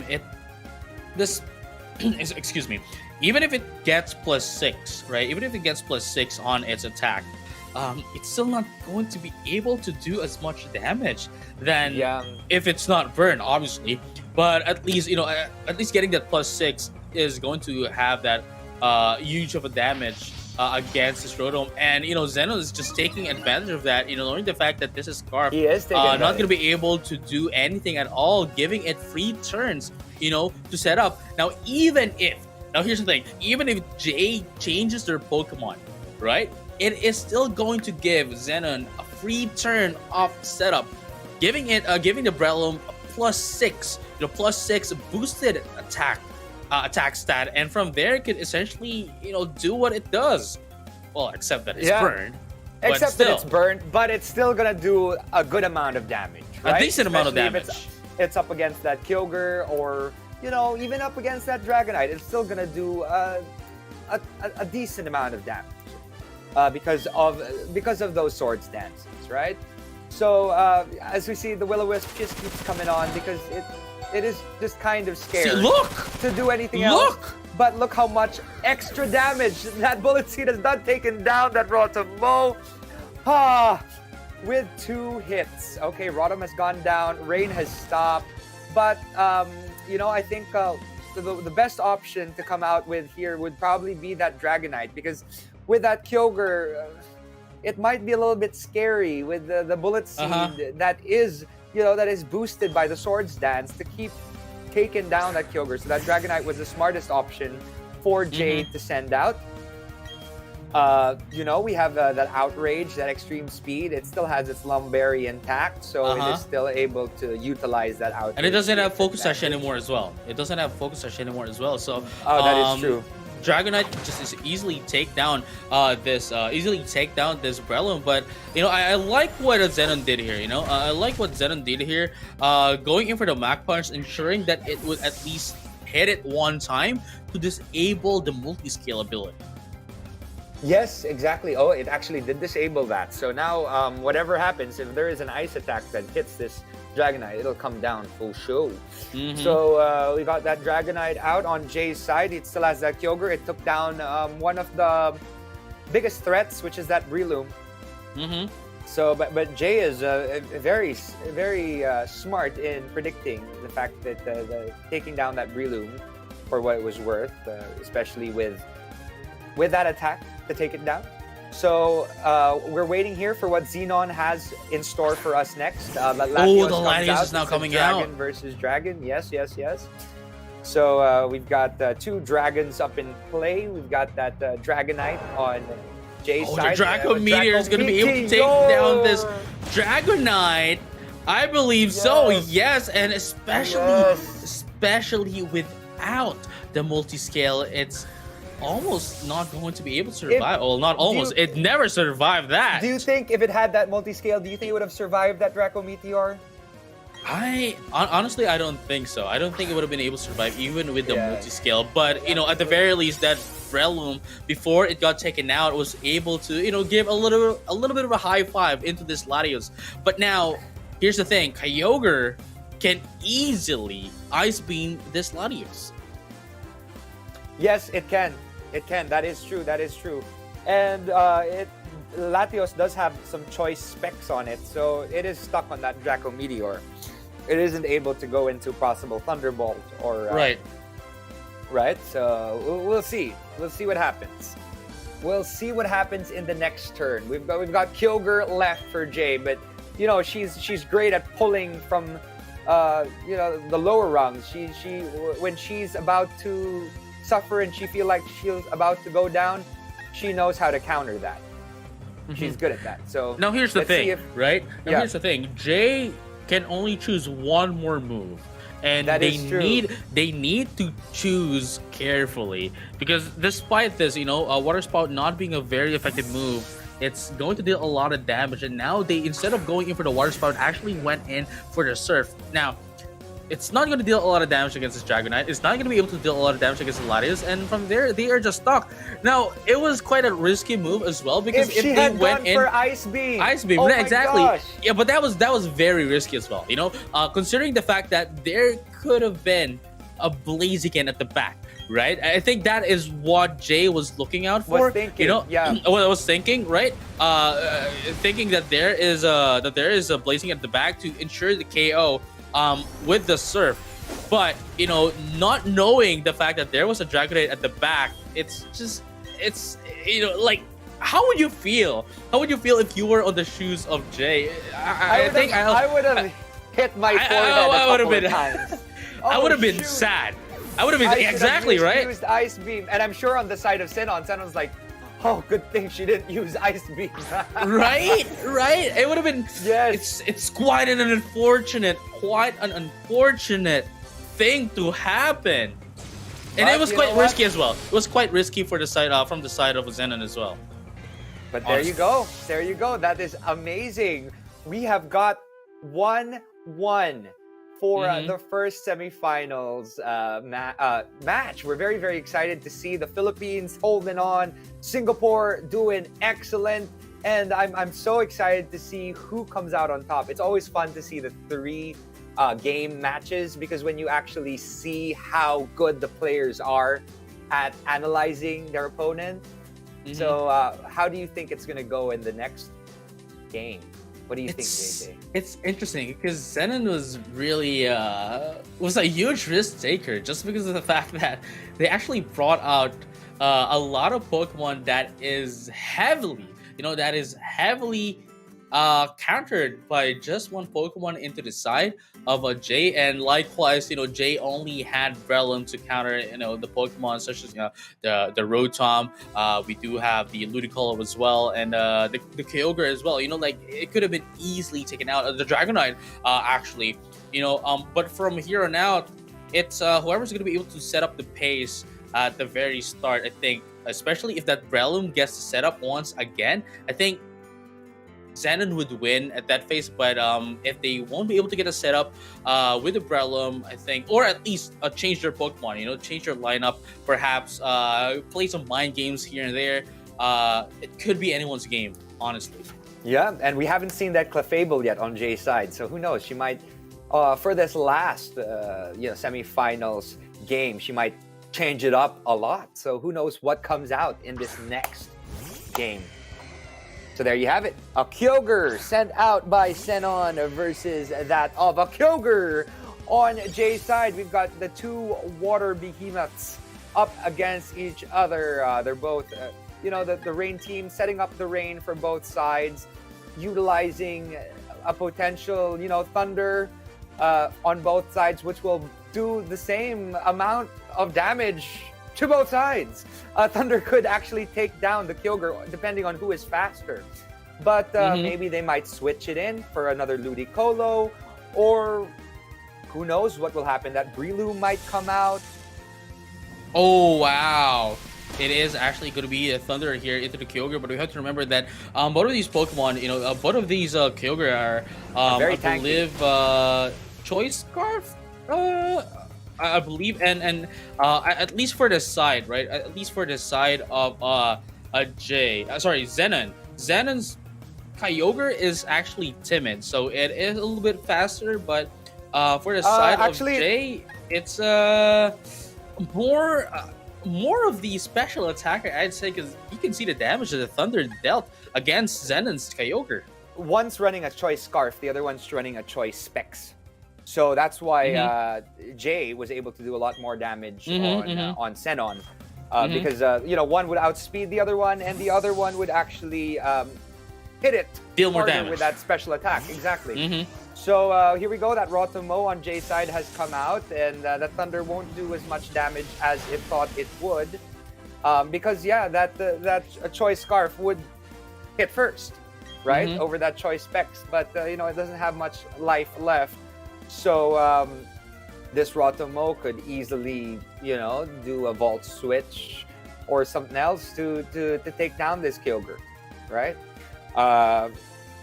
So then we've got Sinnoh's first Pokemon down. We'll see here. He might actually just switch it out for another Mon and utilize that Drizzle for another time. It all depends on how Sinnoh feels about what he needs this Kyogre for. So yeah, that was correct assumption that Kyogre would come out, and Dragonite is coming in. Volt Switch, activating that multi-scale, bringing that Rotom back in just in time for, what did I say? I knew a Clefable would be coming. I had a feeling that Clefable would be coming with that unaware ability. As we know from that previous game, the fear of Jay were the dragons of Sinnoh. So it was perfect that she utilized the Clefable with those Faria-type dragon killers to her advantage, right? Right, but we have to remember that the Lumberry is still in effect here. Obviously, we don't have the multi-scale ability anymore because the Dragonite is already damaged. But still, Clefable is not going to be able to I don't think it's going to be able to KO the Dragonite unless the Dragonite stays in the field. And I don't think Xenon would let this Dragonite stay as well in the field. So we're going to be seeing some changes here, the switch-ins here from the side of Xenon. Definitely a switch-in. But for the side of Jay, I think they need to be able to take advantage of this as a free turn, to set up their Pokemon. And obviously this Clefable is going to go in for the Calm Mind. Yeah, and as we know, it also has a Moonlight at its disposal.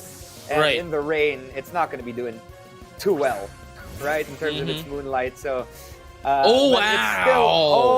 This is painful. Although, as I saw, Clefable actually has a Babiri Berry, which prevents the steel damage from to be as much too hard. Yeah. So it is still able to maybe use a little bit of a flamethrower to to take down that scissor, or maybe burn I don't it. think it's Not going to take be. down, not take down. I don't In think the it's going to be rain. able to take down the. Yeah, exactly. Yeah, I don't think it's especially going to not be in the able to rain. take down Scissor in the rain. But obviously, it's going to be able to deal this amount of damage. And perhaps burn as well. If they do get the burn, it's going to deal a lot of damage. But I don't think this Clip Fable. I don't think Jay should be as scared as much. Just because of the fact that number one, as you mentioned, it still has the Babiri Berry, so it's definitely going to be able to survive a hit, and they need to be able to take this risk. And now the bullet is going to be used here for Scissor by Zenon, and look at the damage that it did. It's not as much. It's not even Absolutely 1/8 of its HP, and now Flamethrower is going to be used. Not going to be a lot here, but hoping for the flinch. Sorry, for the burn rather. For the burn. But it didn't. It didn't, unfortunately. It didn't, unfortunately. Let's see here. Will she risk it and stay in and use that flamethrower without the, if it does hit, because it is no longer raining, it might be able to take down that scissor. But will it be able to survive that bullet punch? That is the big if. Will it be able to survive that bullet punch from that scissor? And that scissor does attack first, hitting Clefable, and it does survive that flamethrower though, with even a critical hit. Even a critical hit. Its defenses are up, and yes, she was smart in that aspect, taking down that scissor, especially with that flamethrower.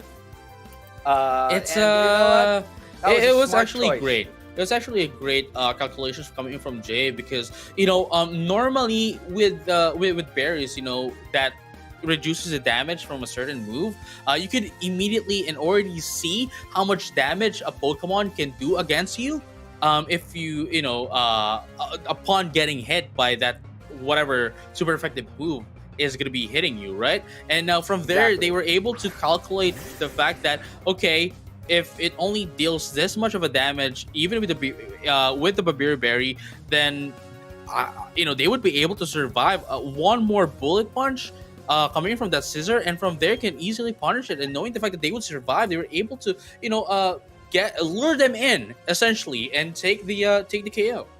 Exactly. And so now this Clefable, I don't know, could have done a decent amount of damage on that Dragonite, but she is considering possibly switching out this Clefable. I guess just in case that extreme speed comes out and really does, take down that Clefable, because it only has a little bit of life left. Extreme speed does take down Clefable, and instead of switching, she reserved that Rotom Mo and that Kyogre for future rounds.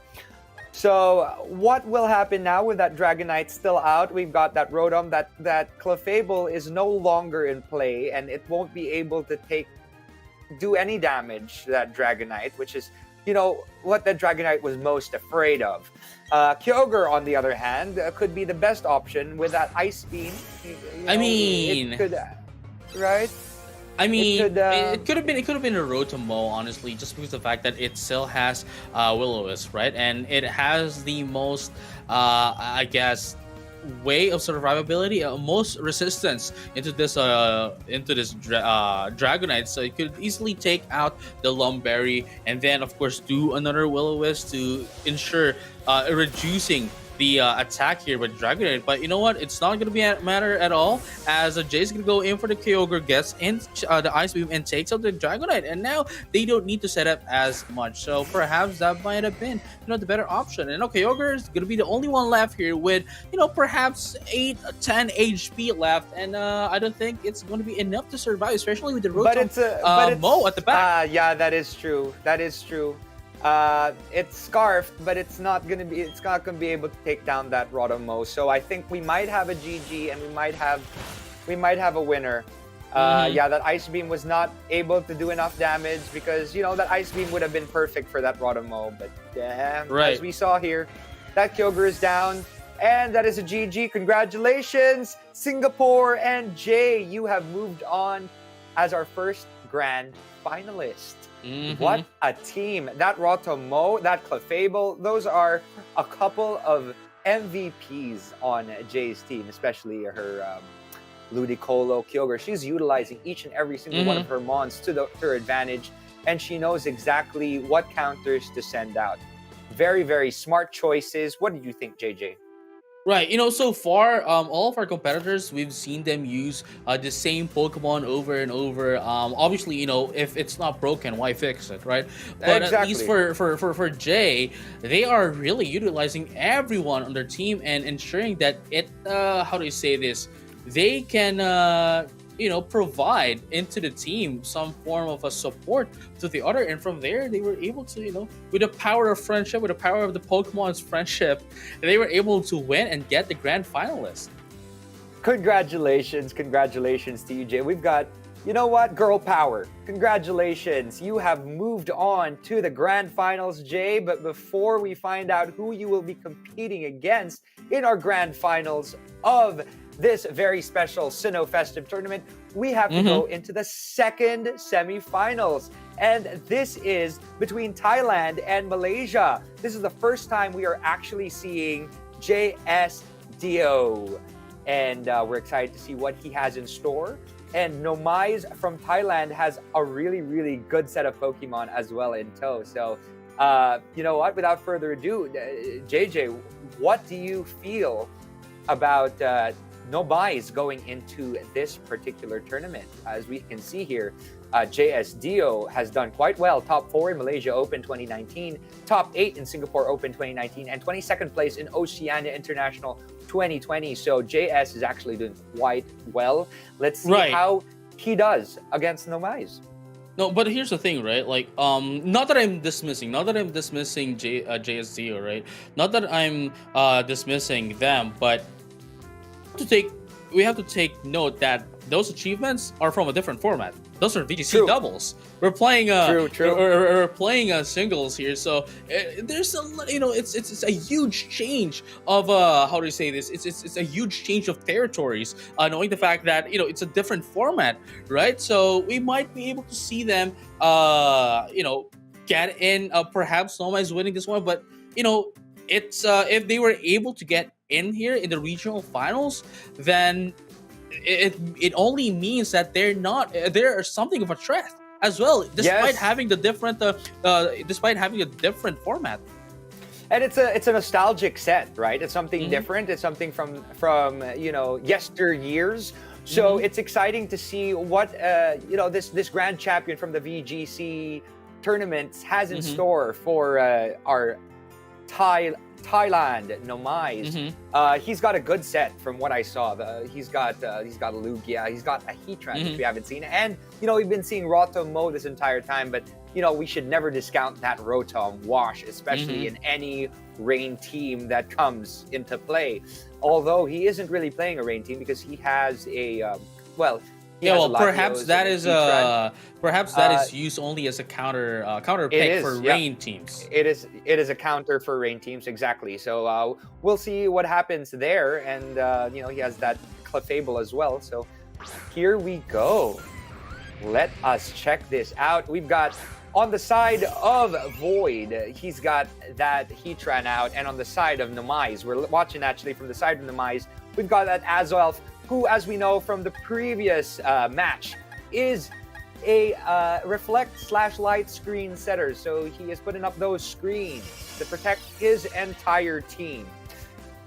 So as we can see here, he did put up that screen. We've got the Stealth Rock user on the other hand, though, for this Heatran. On Void side or on Dio side. So let's see what happens next. Will that Azelf be staying in, or will he be switching out? And Dr. Hayate here is the screen setter for the side of Nomais, and we saw how it actually helped out a lot, especially with the Mewtwo earlier on. But let's find out if it's going to be able to be a huge help into the side of Nomais this time around, as we are going to be seeing the switch in now that the screens are now up. We're going to be seeing Johnny here, which is of course the Slowbro of the side of Nomais, and now we're going to be seeing, look at the spikes as well. Going to be dealing a lot of damage. The Stealth Rock rather, to set it up, and now Level Plume is going to be used as well. And as we all know, this Heatran also has Roar, so they can easily just use Roar and deal passive damage against the Pokemon into the side of Nomais. Yes, exactly.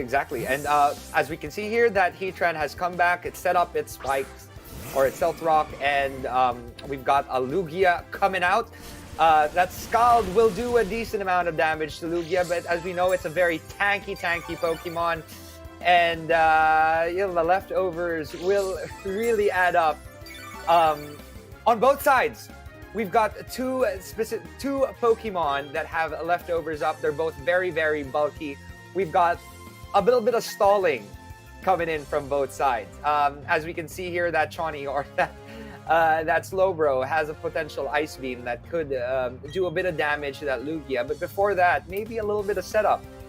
Maybe setting up a little bit before starting to chip down at that Lugia. So this is gonna be a bit long. What do you think, JJ? This is gonna be a long stall out between these two very, very tanky Mons. Yeah, we might be able to see that you might be able to see that long of a match here. All of these Pokemon just recovering itself, and until we can see these Pokemon get taken out, it's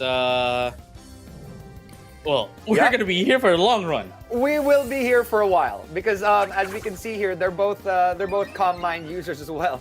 So they really are boosting their defenses and special defenses and special attacks, just so that they can slowly chip down at each other.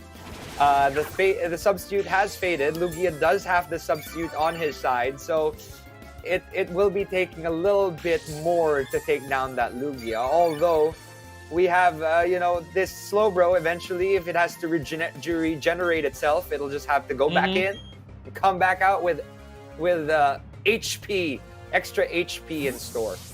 So that Lugia decided, it's time to stop this stall match. Let's send out this Clefable. Because now this Clefable is completely unaware of any stat boost at all, which was quite a smart option on that side.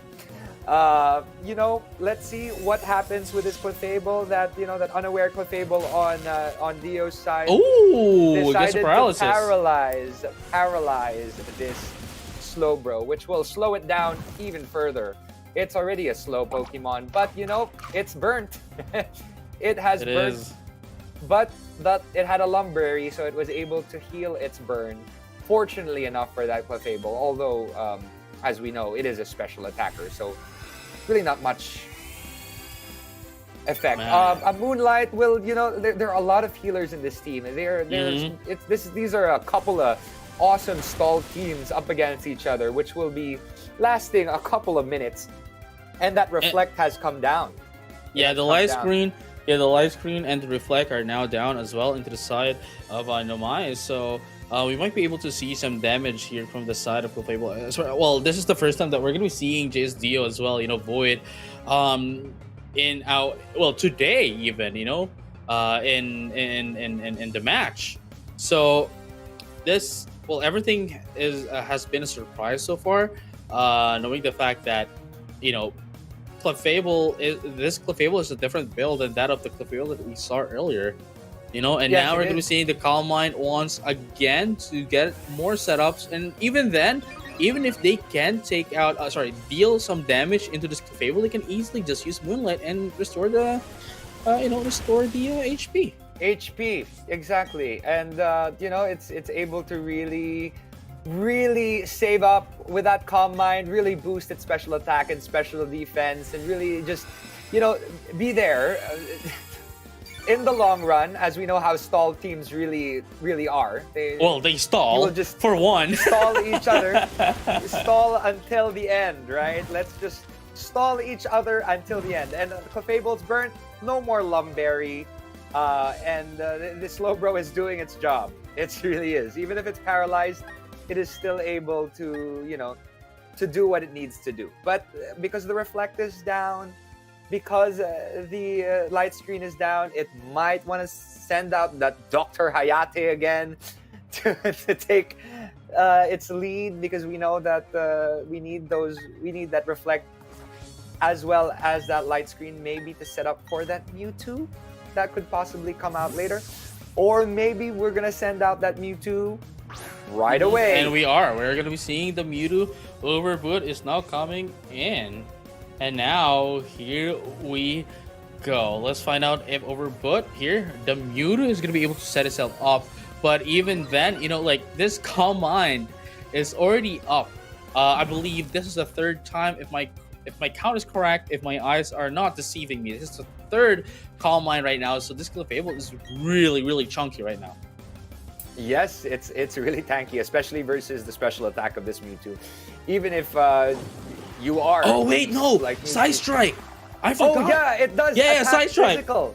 It attacks for the physical, right? So there you go. It's a very smart move. Smart choice with that Side Strike.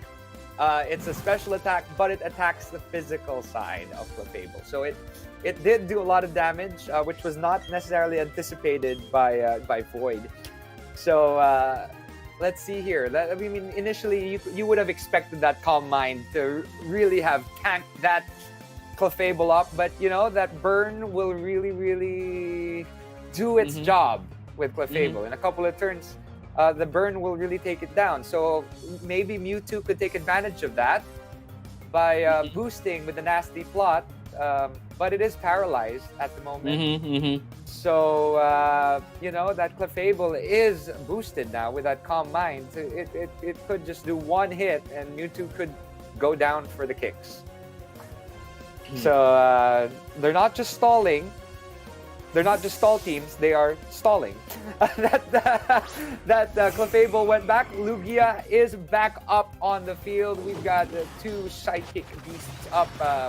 That Side Strike will do a little bit of damage to that Lugia. Not too much, it's not very effective against that Lugia. We've got that stalling Lugia on the other side. But that paralyzed Mewtwo is not... it's not in the best position. Unfortunately, in a very... not so good position at the moment. And he's got two Pokemon that are paralyzed now. He's got Chani and Overboot, or his Mewtwo and his Slowbro, which are both paralyzed. And as you can see, that Dr. Hayate really is the one that heals. He's the healer. He's the one who puts up those barriers to protect his team. But yeah, that Slowbro has come back out again, and we are back in the same position as a while ago. We've got a little bit of a stall war between these two... you know, these two very bulky Pokemon. We've got the stalling Calm Mind. Pokemon as well. You know, it's going to take a while, really, for this match to come back to finish. Yeah, we're gonna wait this match out as you know, they start to really chip down at each other slowly. It's really interesting because it's fun how they play the game of Pokemon. You can either be a stall user, you could be a rain user, you could have your own little strategy, and it's up to your opponent to figure out how to predict that, right? Yeah, and both of them are actually using Calm Mind as well. So we're here in the long run. Yes, we are. We are here for the long run. And this is just the first game as well. Yes. It is the first game, but you know what? I think that after this, they might stick to the stalling because it's. I think they figured it out. They have both realized that they're both stall users, so this might actually be a similar situation for the next game. Yeah. So we've got that Shawnee with that Skull doing a little bit of damage on that Lugia. But we're only gonna find out. There's a possibility that the timer could go down on them, right? It depends on... Oh wow, there's only 60 seconds left. See, there's only 60 seconds left, and it's all wow. about who has the most damage at the end of all of this. But And the game is going to the game is going to automatically dictate which one has the higher HP count on all total. So we'll find out who's gonna be winning this one up. I believe the one with the higher HP of the totality of HP would be in on the side of in on the side of Void, actually. Yes, yes, yes. The side of Void, but with less than 30 seconds left at this point in time. But yeah, the side of Void is looking a little stronger at this point in time. It knew how to stall the right way. There are the right ways of stalling, especially when it comes to, waiting the time out, right?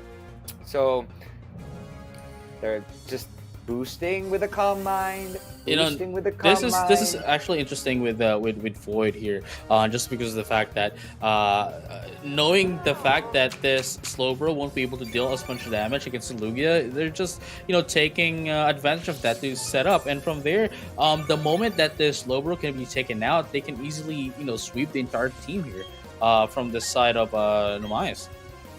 Exactly. So as we see here, I wonder what will happen at the end. We've got, Lugia is pretty much at its full boost with all its calm minds that it's been using, while Slowbro is doing the same exact thing. They're just boosting their special attack and special defenses as we go along. The leftovers are there to keep them healthy. But this is a fun one. It's we can actually play Legends of Arceus while this is happening. Yeah, we can definitely play Legends of Arceus. Perhaps we might be able to finish our Pokédex in Legends of Arceus, and we'll get back to it. Yeah. We'll get back and it's still here. And I can jump onto my Pokemon Go account and play a little bit of that too. And perhaps and then we come back, and Lugia will still have a full life. Right, a full HP, and from here on out, I think with this, what's happening, I think we could still play a little bit of a Pokemon Unite as well, to jump into that, Exactly. Get back. Or, you know what? While you're at it, catch the highlight show to check out what's been happening. There's how many episodes now again? How many episodes now again? We've got I think there's 6 now, and then there's a 7 coming out very, very soon. And it's interesting because we covered BDSP, we covered Legends of Arceus, TCG, Unite, Go. As you can see, Slowbro, you thought he was going down, but no, not. Slack off. She's not. Slack off. She is slacking off. They're just gonna be taking each other's turns to see how many times they've boosted their minds. They're boosting their calm minds. But for some reason, Slowbro is not because of the paralysis. It's still able to do its attack, so it's quite lucky. Despite the paralysis, right? And despite the paralysis, yeah. But here's the thing, right? It's actually interesting how this Slowbro hasn't had any turn where it got stopped by paralysis. It's the only thing that's actually stopping it is that it has half its speed, but other than that, it hasn't had any slack off be not used. Yeah. See, look at that again, another one. He's been really lucky. If we're talking about the Slowbro, the slow gal. My goodness. You wanna hop on in Pokemon Go? Yeah, you know what? I'm going to be raiding now. I'm gonna be trying to see if I can find a Lugia to use as a stall team member of my next team. So, my goodness. While we're at it, you know what? We can actually have a nice conversation while this is all happening. Ooh, wait, no, they actually went out. This is exciting. Okay, okay. It's actually interesting because, for a fact that you already have set up the Lugia, so it kind of didn't make any sense for you to send out, switch out the Lugia. Perhaps Void might have wanted to recover some health with Fable to ensure that it still has the higher HP. just when the in timer is case down, right? Timer goes down. That Yeah, he has yeah, enough health, so that Moonlight would probably help out a lot. Although Slowbro is, unless the paralysis stops him from using Scald, which it didn't. So that burnt Clefable is. It was a gamble. It was a gamble, a strategic gamble, just in case the timer goes down. If Clefable is still able to save up a little bit of health, to have more health at the very end, right? It's this okay. The battle will end in 3 minutes. You know the game is already telling you guys, please, come on. The game is already telling them, you know what, guys, please. You have to end the game now, or we're gonna be ending it forcibly. You know what I'm saying?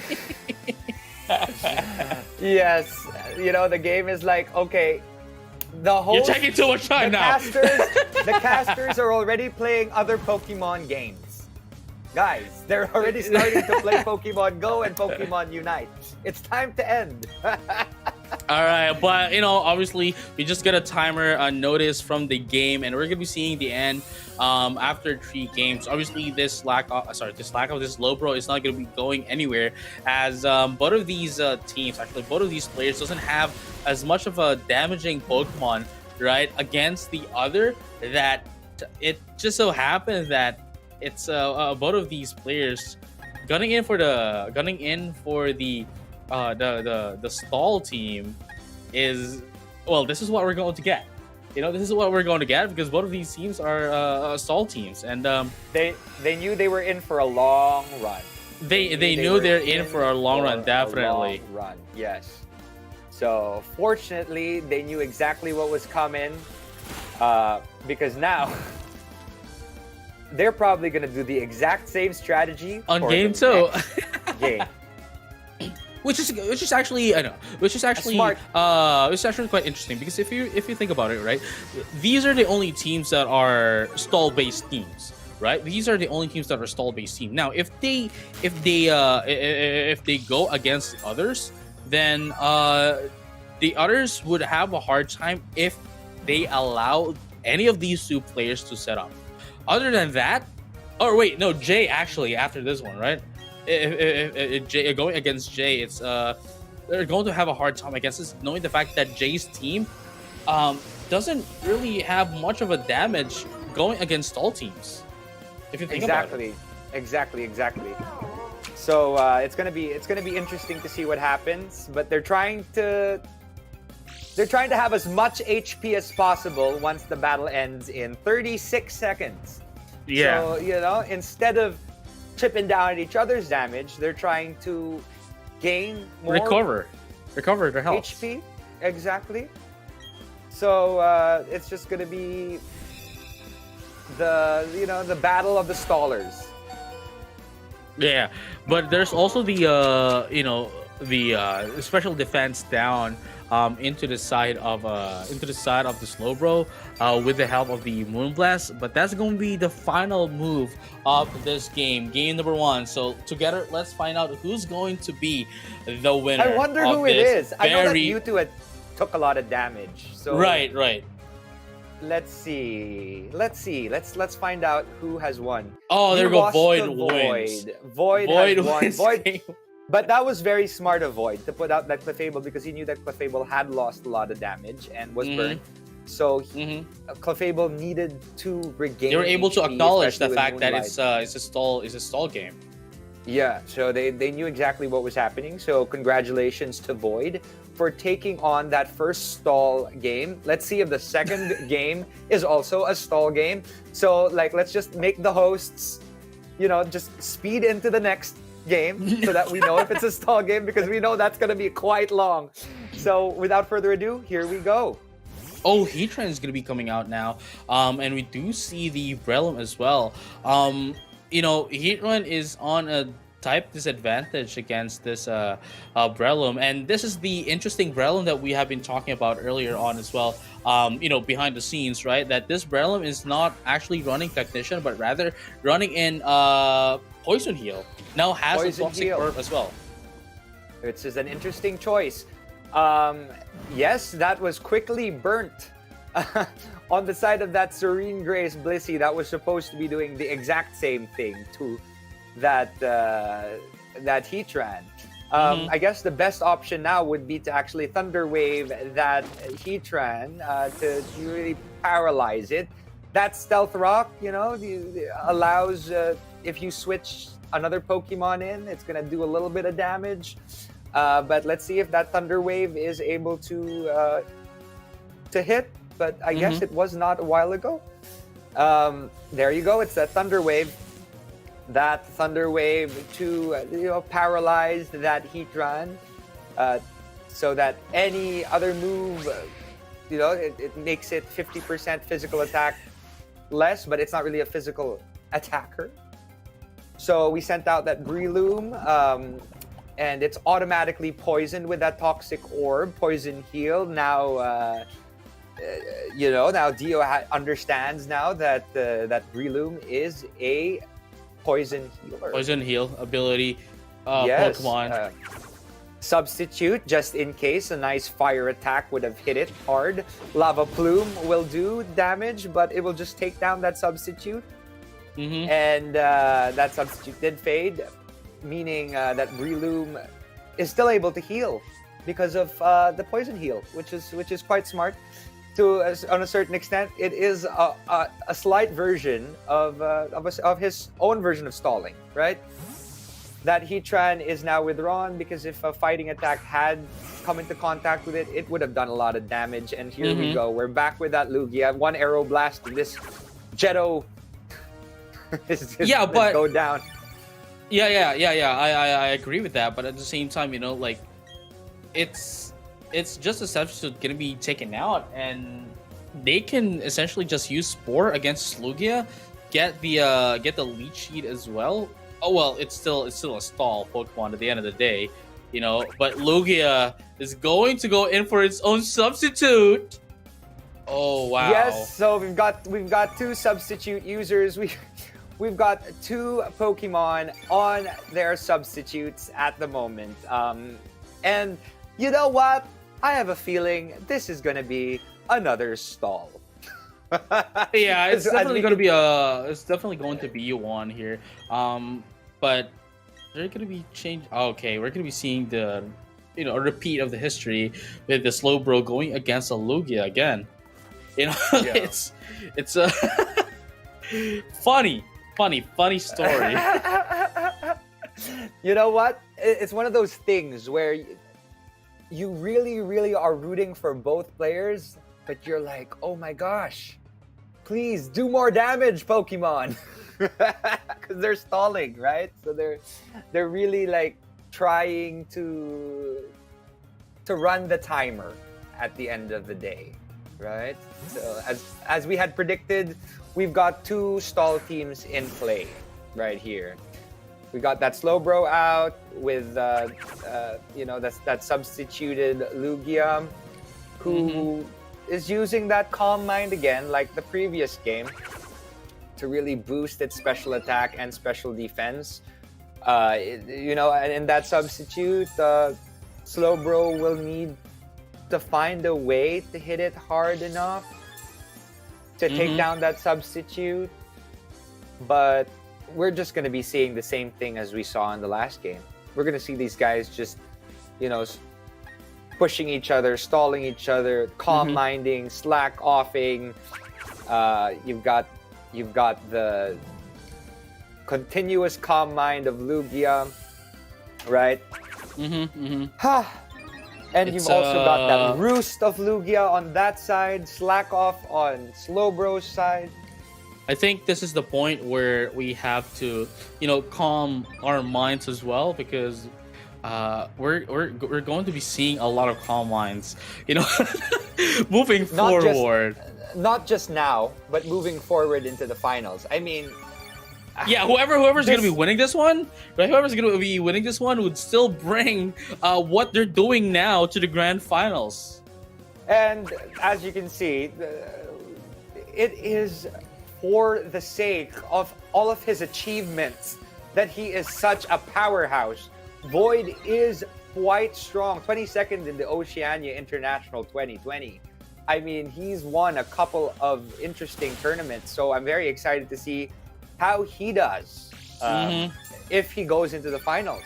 Because now it's 1-0, so he just needs to win one more game to be able to win this match. If they do win to the this finals. one. Exactly. Right, if they do win this one. So let's find out together if that's going to be what's going to happen, in our game. And we're going to be seeing another Aero Blast here going into that of the Slowbro and going to be able to take down the Slowbro. It took down the Slowbro. My goodness. I think that's the end. I think that's the catalyst that we're looking for, Yeah. that is goes down. Yeah. Exactly. It's a snowball from here. It's a snowball from here. Yeah, it's a Slowbro from here. Well, pun intended. I see you. You gotta inject those puns, because if not, we're not gonna get out of this this stall war in the right frame of mind, right? But that's true. but that Lugia, is still holding on. It's still in that substitute. It has that calm mindset. It's not going to take too much damage from that Blissey. That substitute is going to be up for a while. Soft-boiled, to keep its health going. But that Aero Blast, we'll see. We'll see how much damage that it's able to do. Because for sure that's going to come out next. Calm Mind, not yet. We've got another Calm Mind. He really is pushing it. He really has the ability to stall. I have the time to stall, and I have the time to boost my stats, so I will boost my stats. Now, here's the thing, with that kind of boosted stat, even with a super effective move, I don't think this substitute is going to be taken out just because of that, exactly. With the boosted special defense, right? All the Calm Minds is not going to allow this Blissey to take down this substitute. And now from here on out, this Lugia can just attack.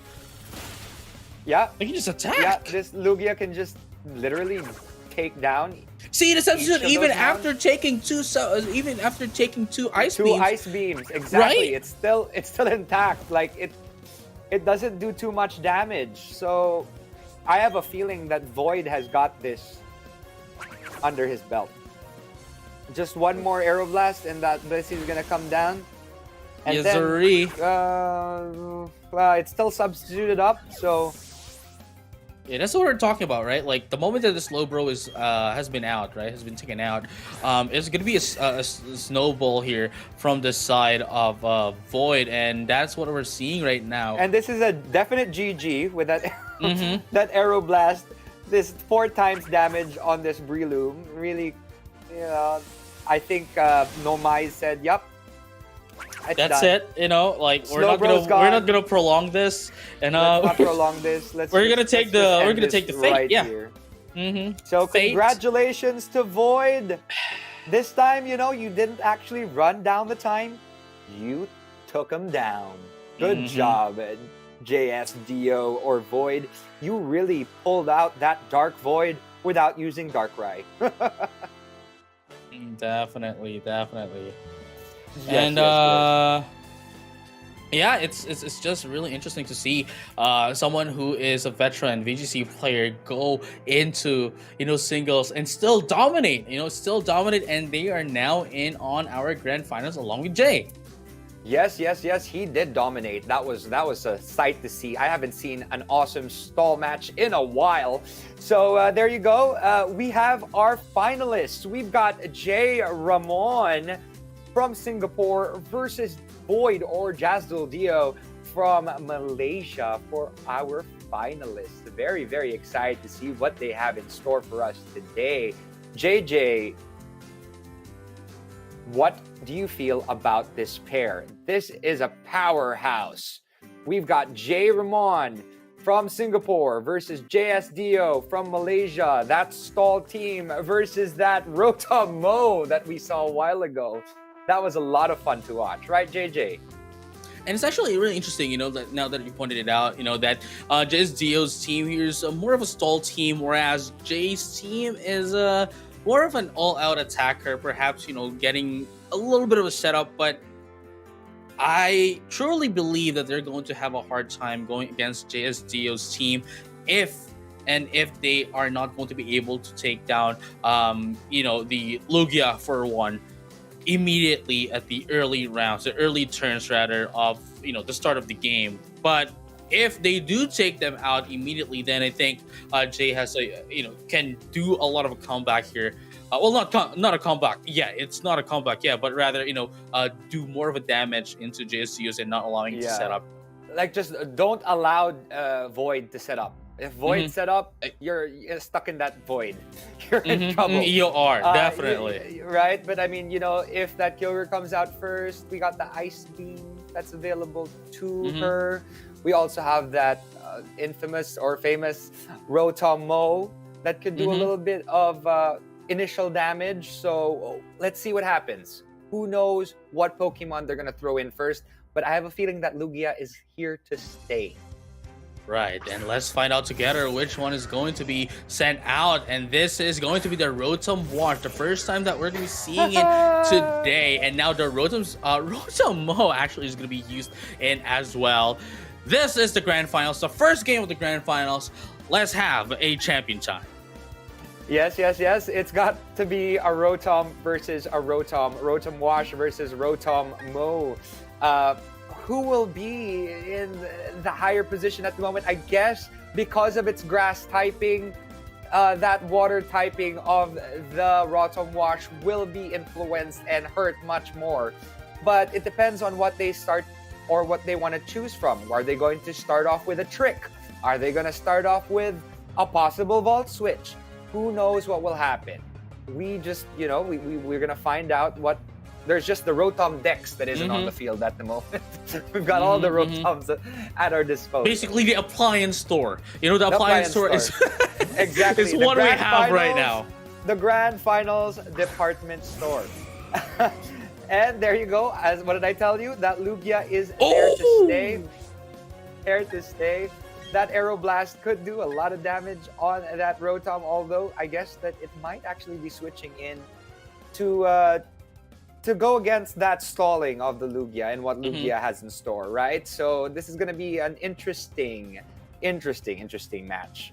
Right, and Rotom all the way through.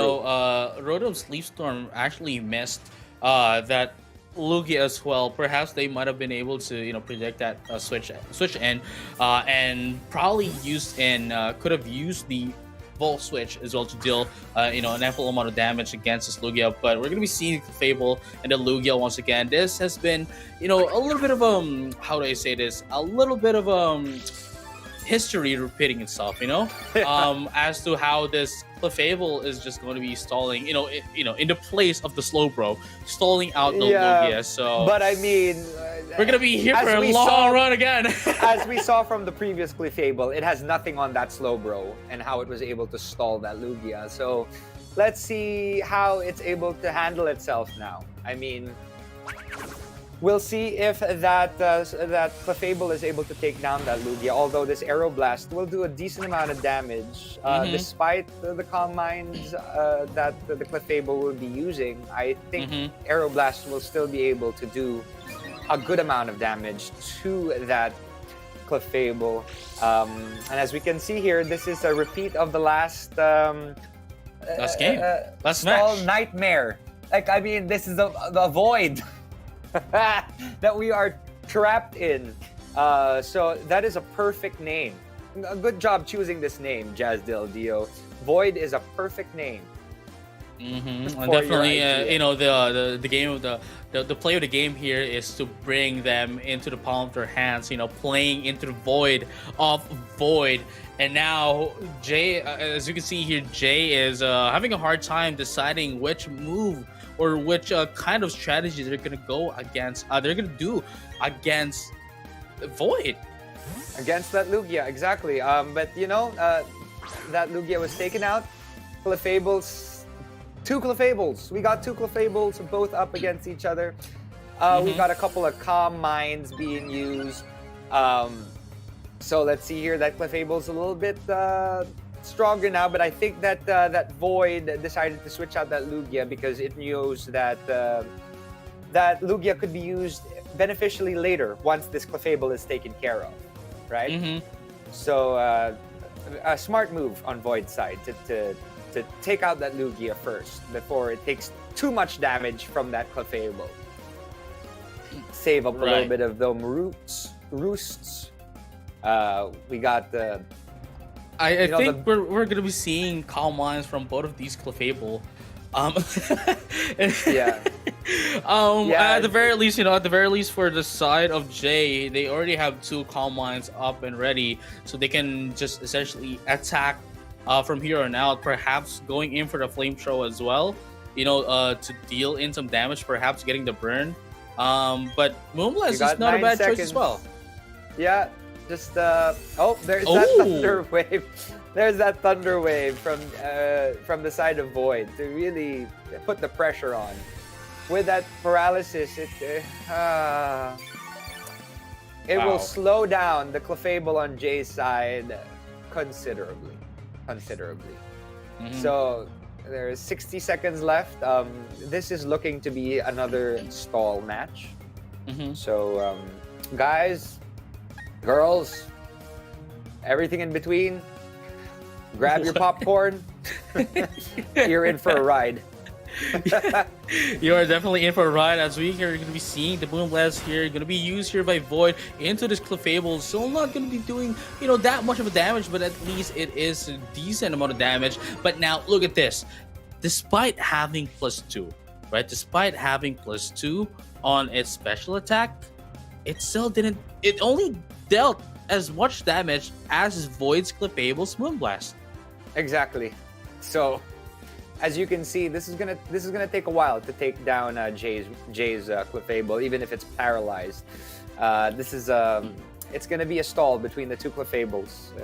It's gonna be depending on the paralysis. We will find out which one will take its control. Right. So we got both Clefables, ready to Moonblast each other down. Right. But which Clefable will go down first? The paralyzed Clefable or the Clefable that is, strong enough to take it? I don't know. Possibly a flamethrower would have allowed for the Clefable to get burnt. But I wouldn't have taken that risk either. Potential Moonblast probably would have been the better option. But now that Clefable is paralyzed, when it's up against that Lugia later, it's gonna be a little bit of a disadvantage. Right. And also at the same time, I think it's kind of risky bringing out this Dragonite. If they are going to be choosing a Dragonite, right? Because it's obviously the Clefable might be able to take it down immediately, but we're going to be seeing the Rotom-Mow coming out once again into the side of Jay, and going to be tanking in the damage here. But the Clefable, never mind, actually gets a free turn of healing with the Moonlight. Yeah, it was able to heal itself, but it's also boosted with its Calm Minds.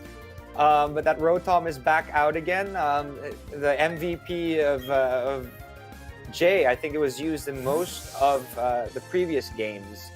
And now they essentially threw the what do you call this? The Calm Minds. Threw the Calm Minds away, just like that, and we have to start over from scratch once again. Yeah, and that was the trick. So they switched the 2 items of the Rotoms, which are let's see here, the Choice Scarf and the Citrus Berry. Those were switched. So let's see if that will actually put the other Rotom Wash, at an advantage or a disadvantage. Disadvantage. It all depends. It all depends. Now, if we are to see Leaf Storm be used once again, right? Oh wow, actually used another switch.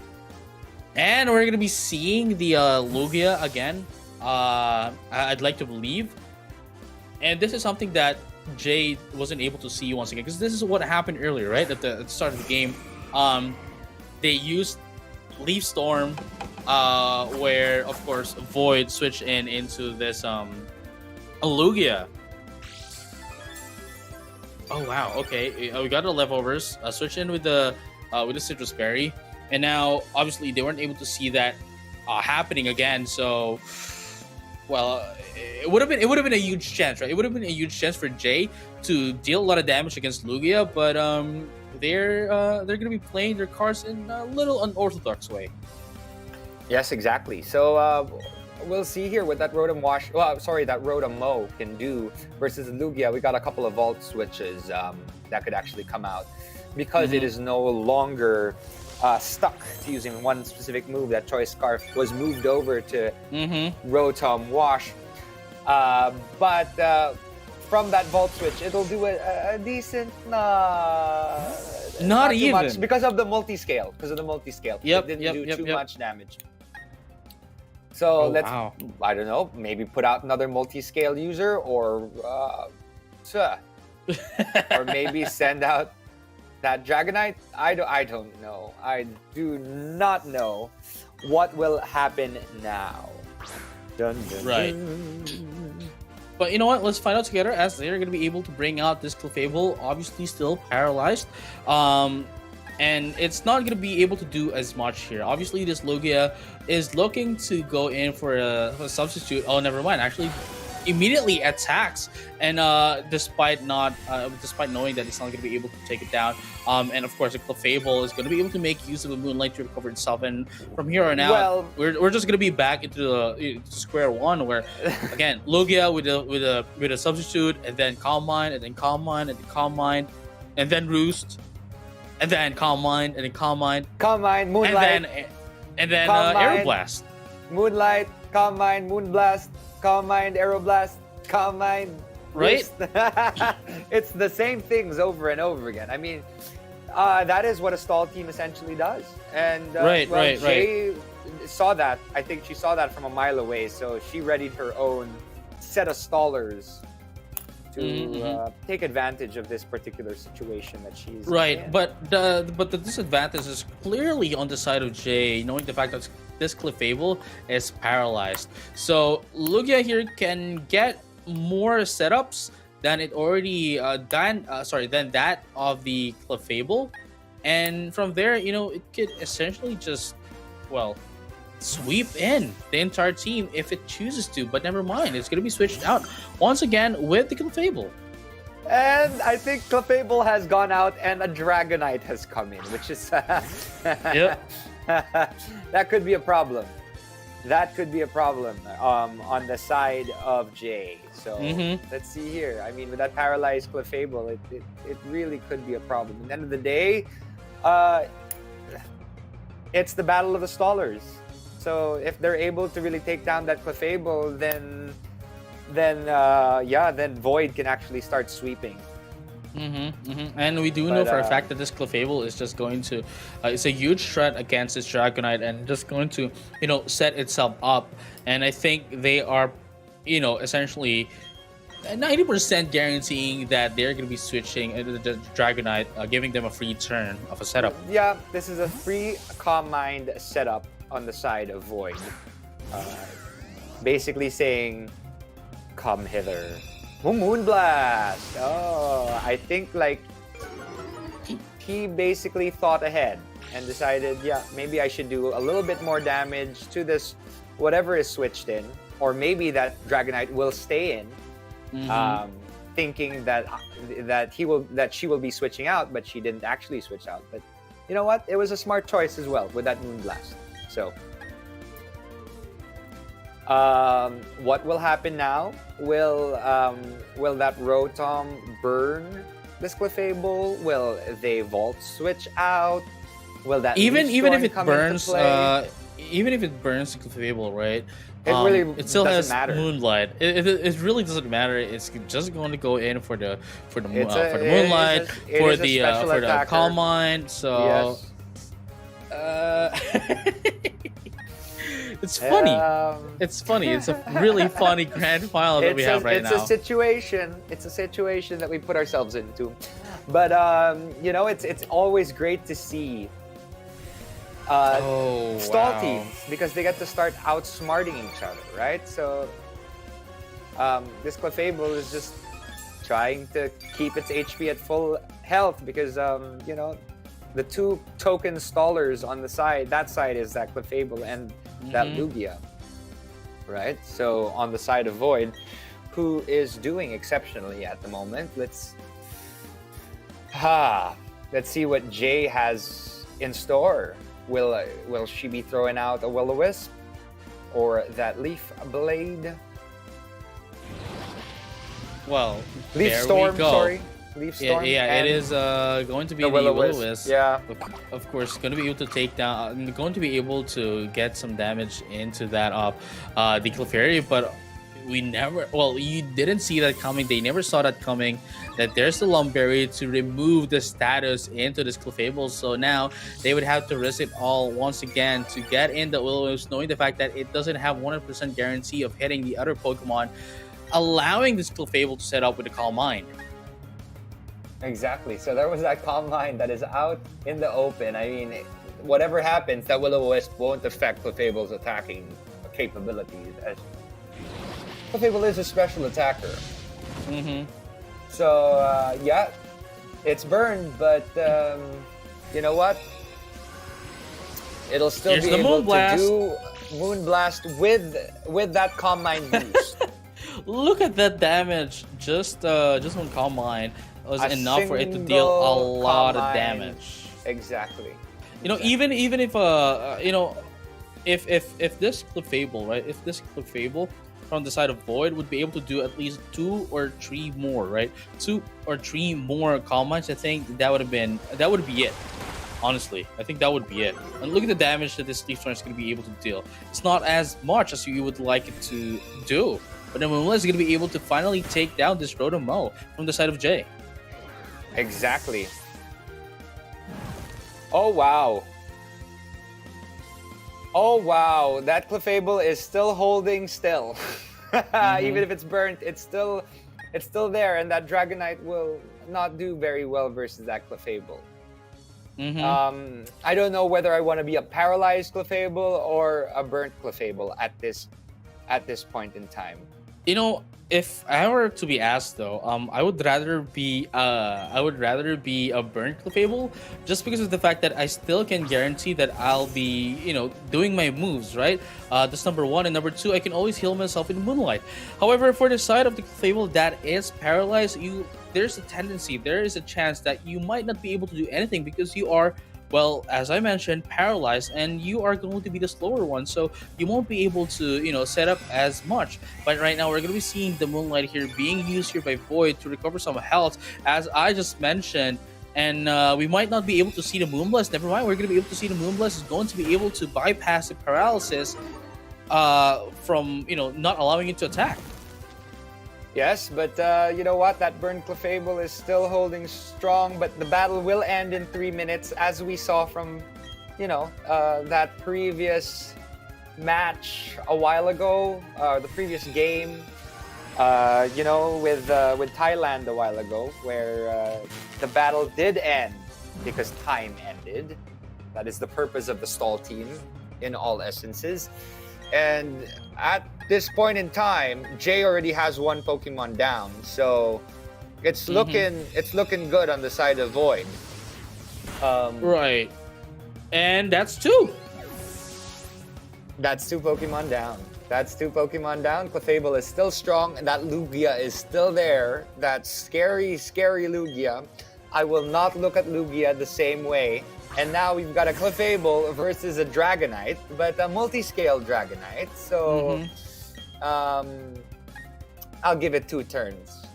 Yeah. It's I'll give it 2 turns.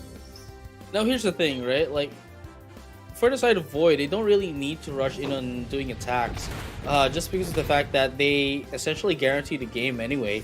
They still have 3 Pokemon, and if they're going to be stalling this one up, then, you know, they're going to be winning by default because of the number of Pokemon that they do have is higher than the number that Jay has currently. That is true. So, you know what? I think we already have a game. I mean, the first game will go to Void unless something happens within the next 2 minutes.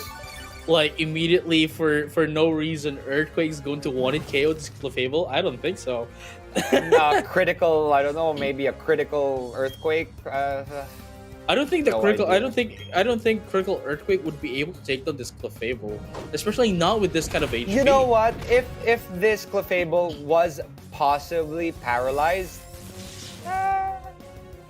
no, Oh, no wow. chance. See, at this point on, Void is just stalling it out, despite guaranteeing the win on game number 1. But yeah, that's pretty much it.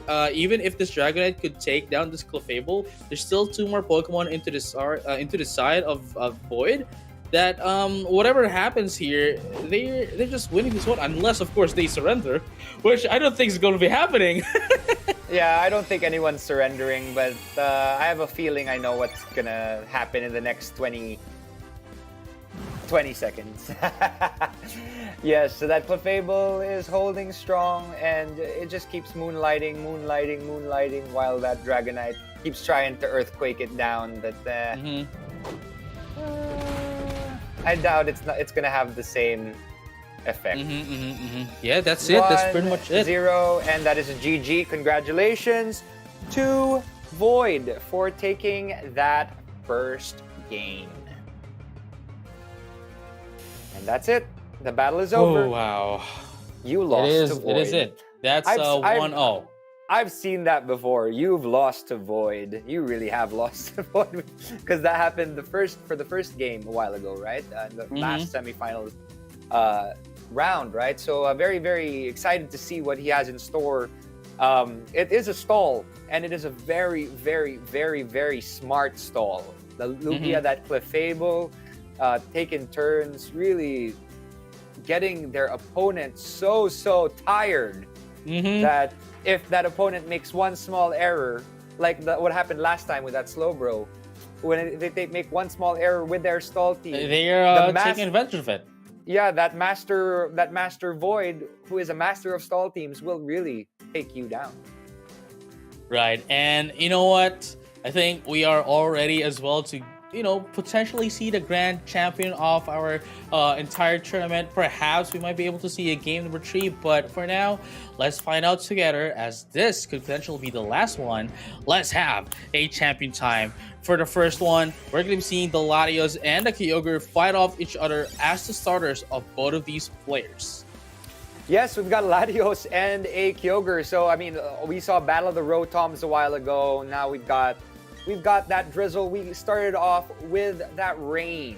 That we have seen a couple of Rain teams today, and we know that Jay uses her Rain team correctly. So let's see what it can do. Potential Ice Beam could hit that Latios quite strong. Interestingly enough, Void has decided to take on a different side of things. Instead of going for that stall, he is going for a little bit of an attack. I mean, coming all the way from left field. Let's see if it will be able to do a good amount of damage. That Thunder with that boost of the Rain will do a lot of damage to that Kyogre. Kyogre hanging on for dear life, although that Ice Beam does do enough damage to take on that Latios. That Latios is down. That Latios was taken down quick, but it was able to do enough damage on that Kyogre. It has a very, very small amount of HP left, but let's see if this Lugia can handle that.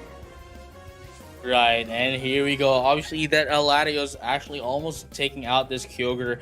That Latios actually earlier on has choice specs as well, and it's a timid. Timid Pokemon obviously is going to be a faster Pokemon and with choice specs, but unfortunately still wasn't enough, to take down this Kyogre.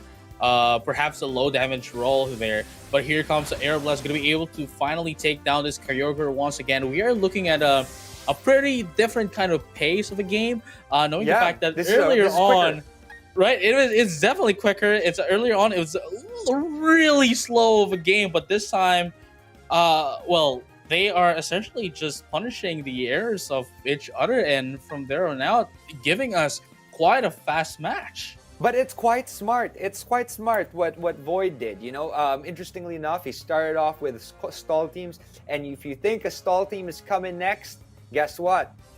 He has other strategies for you. And both Latios and Kyogre are both down now. Jay has 30 seconds to choose between two Pokemon. I think it's let's see here, a Scissor that has come out into play. That Scissor versus that Lugia, which is very, very tanky. Could be a problem. And the Lugia doesn't have a lot of that Lugia doesn't really have any super effective moves against the Scissor. It doesn't. Think about it. It doesn't at all. And but the thing is, Lugia is quite tanky. So that is true. If the Scizor actually swords dances itself a little bit more, it could be strong enough to do a decent amount of damage with a Bullet Punch or a U-turn on that Lugia. But I wouldn't use a U-turn after the Swords Dance. Possibly a Bullet Punch would do a good amount of damage on that Lugia. Although, who knows what'll happen? An Aeroblast is still quite strong. It'll still do a lot of damage on that Scissor, even if it is a neutral damage. Wow, actually goes in for the U-turn instead, but we're going to be seeing the Aeroblast here dealing, a decent amount of damage against a Scissor, and now it's going to go back with a U-turn. Obviously, we're going to be seeing this Rotom, and for what's it's worth, right? It's if Scissor actually was able to use was the faster Pokemon, this Rotom would go nowhere, especially with that Aeroblast. Exactly. So we got this Rotom, obviously with that Volt Switch, but that leftovers on that Lugia. It's trying to get back that multi-scale. Let's see here. You could burn that Lugia to prevent it from going back up to that multi-scale. But what it could do, it could possibly trick, get that Lugia to give up its leftovers so that it doesn't heal as quickly as it does. And Rotom could take advantage of that as well. And I think Void knew that was going to happen. So, yeah, it switched in with that Clefable. And we know those two Mons are terrifying. So it took that Lumberry, which was smart. I think it knew that trick was going to come. So switching into that Clefable was very, very smart on Void's side. Let's see what happens here. Will there be... Will Rotom burn Clefable? Or will he switch out again? It's actually interesting, knowing that, right? Rotom tricking its a scarf into that Clefable essentially disables it from doing anything. It could only either use an attacking move or just only heal itself up, or perhaps just use Calm Lines. But either way, it's stuck to just one move. It's actually pretty smart of Jay to do that. It is smart of Jay to do that. But that Lugia is still around. It was smart of Jay to do that. But for Void, he was quite smart into switching, and having his MVP Lugia still maintain those leftovers. Now the rain has finally stopped. We don't have Kyogre anymore. But I mean, who benefits from that? That Rotom benefits from that. And it's no longer around. So let's see what happens. Scissor has that Bullet Punch, and obviously that Bullet Punch will do a lot of damage on that Clefable. Although I think that Clefable might be swapping out into that Lugia right now. Yep. So with that especially said, that I think... especially that it's stock to Moonblast, right? I think it would have been a better option to just go in for the Source Plants, knowing the fact that you're going to be able to survive anyway, and from there on out, you could either just use the Bullet Punch after the fact that you took the Moonblast, and from there, since you're going to be using Bullet Punch, you're going to get a priority anyway. But and even if they do switch out, right? True. Even if they do switch out, you're still going to be dealing, some damage, some form of damage against the Lugia. But now they're not going to be able to do that. But the Clefable, despite the Life Orb and the +2 on coming in from that of the coming in from that of the Source Sense, was still able to survive that hit.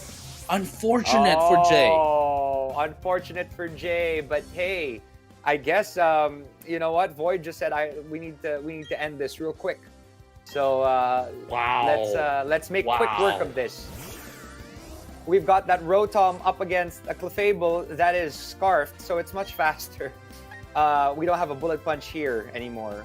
But yeah, I guess a possible trick could switch back those items. It's oh wow, that's it's a predicament. That's hard. That's hard to take in. You know, knowing the fact that you already have +2, you have Life Orb, and the Clefable is still able to survive that. This Clefable, I'd have to say, is the MVP of the game here, because otherwise, you know, Jay would have been able to win this one up, even with the Lugia up. Exactly. That was a very, very smart choice from Void's side, especially changing his entire, well, not necessarily his entire strategy, because he still maintains that Lugia, still maintains that Clefable for, you know, the tanky nature of what they have. But, you know, leading in with that Latios really changed the, you know, the entire outcome of the game, as opposed to it just being a full-on stall performance. They added a little bit of spice. And let's see what happens here. Although I think it might be a GG. It might be over before it's started. Really well. Right, and the Volt Switch isn't going to be able to do a lot of damage into that Lugia anyway. But let's find out though. Obviously, we're going to be seeing this. I don't think we're going to be seeing the substitute. Is what I mean. Sorry. I don't think we're going to be seeing the substitute. Perhaps we're going to be seeing some setups here from the side of the Lugia, and from there use Aeroblast to just immediately take down this Rotom. But obviously we're going to be seeing that Rotom going to be using that Volt Switch. Still not a lot of damage, as I just mentioned, despite it being a super effective hit, and now it's just going to recover itself back up, and now it has the multi-scale once again. It does. So now this Volt Switch is just going to do much smaller damage than it did a while ago. And Lugia will Calm Mind, boost itself a little bit. And, you know, with one Aeroblast, we've most likely got a little bit of a GG going on right there, even if it isn't super effective. Right. So I know the Volt Switch is going to be used once again, obviously, because it is scarfed. But the thing is, here, Lugia can just go in for the Aeroblast. Doesn't even need to set up as much anymore, because number one, it has leftovers anyway. It does have the +1 on special attack, so and Rotom won't be able to do anything at all aside from using Volt Switch, so it could just attack. But you know, Void wants to really guarantee the win here, like guarantee 100% shut down. Right, shut down this Rotom. He wanted to make sure that no crits come in, nothing happens that will, you know, devoid him from his championship. Because now he has taken a grand champion position in the Sinnoh Festive Tournament. Congratulations, JSDO, or our very own Void, the Clefable Lugia Staller from Malaysia. My goodness, quite a match that it was quite a long match, you know, that we got to see coming in from Void. But it's really interesting how they were able to, you know, just switch in from a different format, now actually conquering a much different format once again. So it's quite fascinating to see Void wins this one up. Exactly. So congratulations again to JSDO or Void from Malaysia. And we are very, very excited, because in a little bit we're going to be able to have a little conversation with our grand champion, and I'm so excited to ask him a couple of questions. I am a fan. That was such a well played set of games. Very, very smart choices, especially, you know, he came in a little later because he wasn't in the quarterfinals. He went straight into the semis. Semifinal match, yeah. Yeah, and so, you know, he didn't have that warm-up that everyone else did, but was still able to come out and really, really take the lead to become our grand champion for the Sinnoh Festive Tournament. Do you have any interesting insights on how the game could have gone differently? Not just this one, but the first one as well. I mean, you know, here's the thing, right? Like, I think Void was playing quite quite analytical, I'd have to say. Really, calculating every move that they're doing, and from there on out, essentially planning ahead, and ensuring that those plans that they're planning uh, use against their opponents is being laid off and actually is being followed in from there on out. Like their opponents are just playing the palm of the head of the playing on the palm of void. Essentially playing inside the void that void is bringing about against them. Exactly. So you know what? Without further ado, let's bring in this nightmare. This amazing, amazing player. Congratulations, JSDO Void, for winning the Sinnoh Festive Tournament. How are you feeling? How are you feeling right now? Thank you. Feeling good for sure. Yeah, super cool strategies. I mean, have you always been a stall user? I mean, I've seen that you've won a couple of tournaments in the past, gotten really high up in a lot of awesome tournaments. But like, wow, I mean, we were sitting watching, and we were like super excited to see how you utilize that Clefable and that Lugia to your advantage. Have you always been? Yeah, user? I wouldn't say I'm typically always a stall player, but I just felt like this was like a really good strategy for this format in particular. Like just looking through the list of like Pokemon allowed, I didn't really see much that could like break this Lugia. And then especially when you pair it with the Clefable, that helps a lot with like opposing Carmine Wars, like you saw with Slowbro in the semifinals, and even like the opposing Clefable. Yeah. Oh my gosh, that Clefable, that Clefable really held on. Once you paralyzed that Clefable, I thought that was on its way to being a little bit of a GG right there. So it was great to see. I'm a fan. Well, fantastic plays, and it's great to see that you started with a couple of stalls, and then at the very end you started with a Latios to really take care of that Kyogre very well. Right. Thank you. So, you. I do have a question for you, Dio. Right? Just one question from me. How was the experience so far? Like you, as Marky has mentioned earlier, right? You were pretty high up into, you have plenty of experience, perhaps I'd say a veteran in the VGC scene, doubles. But how's the experience, going into a singles 3v3, ring 6, take out 3. How was the experience of the entire tournament compared to like when you're playing in a VG tournament? Right. I mean, obviously it's a lot different. Like a lot of the VG experience I have is like in-person tournaments. So in the first place, like that's quite different playing online, But actually, like playing online, you have a lot more resources to use. Like you can actually like use a damage calculator to like make sure you know like exactly the amount of damage so you can plan ahead. So like these are the kind of things that you need to like I guess utilize properly in order to like succeed in online tournaments. I guess overall, I would say I still have a fair bit of experience in singles. I would say probably more so than doubles. So I think maybe I had been playing singles like before I started playing VGC, like way before. So I would say this tournament was like kind of like in my lane. I see.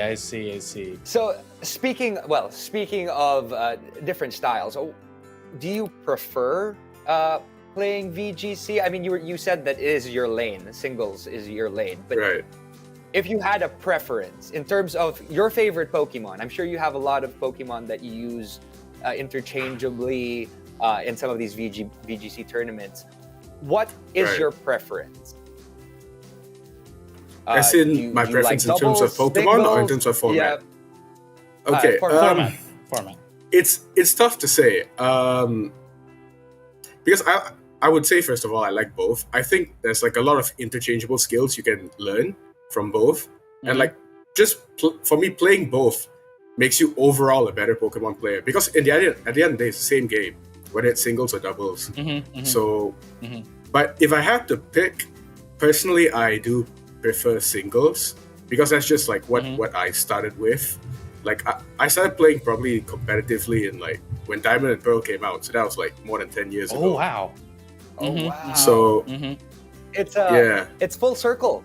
It's full circle because you Yeah. started playing then, Yeah, pretty and now much. you actually won Brilliant Diamond and Shining Pearl Sinnoh Festive Tournament. So congratulations to you. And with that, Yeah. before we end this, sorry we don't have too much time, but do you want to say thank you to anyone? Maybe people who helped you out in the creation of your team. Some shout outs, yeah. Shout outs. Yeah. Okay. So for the formation of the team, okay, the Lugia was an idea of a friend of mine, Evito. So shout out to him.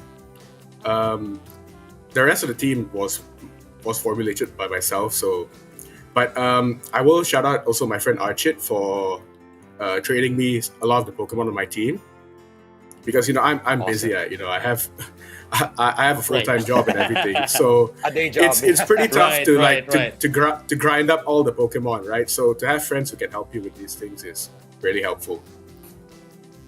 Yes. Oh, amazing. Thank you so much for joining us, JSDO.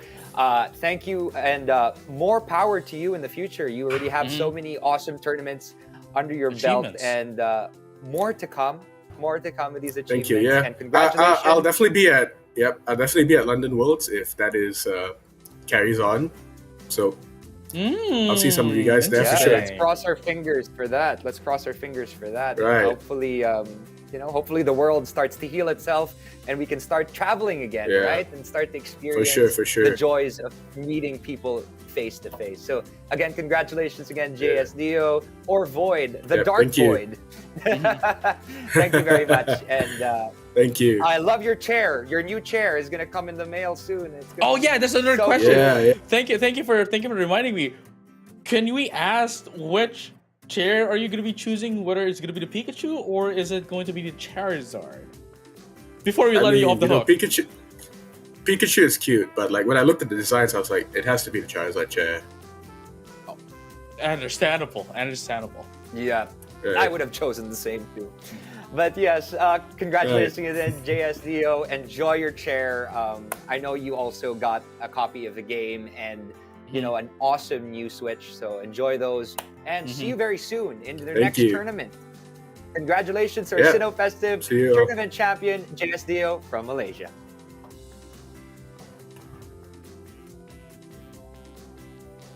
Yes. Oh my gosh. It was, I was kind of starstruck, to be honest. That was such a fascinating game that was played, set of games. And I'm really looking forward to see what he has in store for everyone in the coming years, right? So this is quite fascinating. Now, before that, why don't we check out the bracket to find out a little bit more about what happened today? JJ. Right. So, just moving forward, just moving backwards rather, having a little bit of recap. So we did see Brian Mendoza or Zenon winning the 2-1 against Brian Lee, moving into the semifinals. We did see Jay Hermon as well winning 2-0 going into the semifinals. And of course, JSDO, we already know that they immediately, proceeded to the semifinals. And then of course, Sarak Nomais won against Nikki from the Philippines. And now moving into the semifinal match, Jay was able to win against Brian Mendoza, and of course JSDO with that amazing Lugia and Clefable duo winning the 2-0 against Nomais, and of course as well into the grand finals, winning the entire thing. Yes, that's a 2-0 with JSDO. Good job and congratulations, and we really wish you all the best for the coming years as a Pokemon trainer. Now, thank you all very much for joining us. It was such a blast casting for the Pokemon BDSP Sinnoh Festive Tournament. It was, amazing to see what each of these individuals were able to do with a nice nostalgic set of Pokemon that we don't have much of the Sword and Shield Mons, we don't have much of the Alolan Mons, and of course the Kalos back to the Mons. classics. But we are going back to the basics, back to the classics, and really just enjoying the game for what it was meant to be. Really, that battle, who is the very best, like no one ever was, right? And with that, we'd like to end this with a couple of trailers, but this has been Marky Strom and my amazing partner, JJ Kun. Yeah, we're definitely in sync right here, guys. You don't have to worry about that. We're definitely in sync. Yes, we are very, very much in sync, and very, very, very excited to come back again and cast for all of you. Have a great Pokemon year, folks. Have a blast. Enjoy Pokemon Arceus as well. Bye, guys.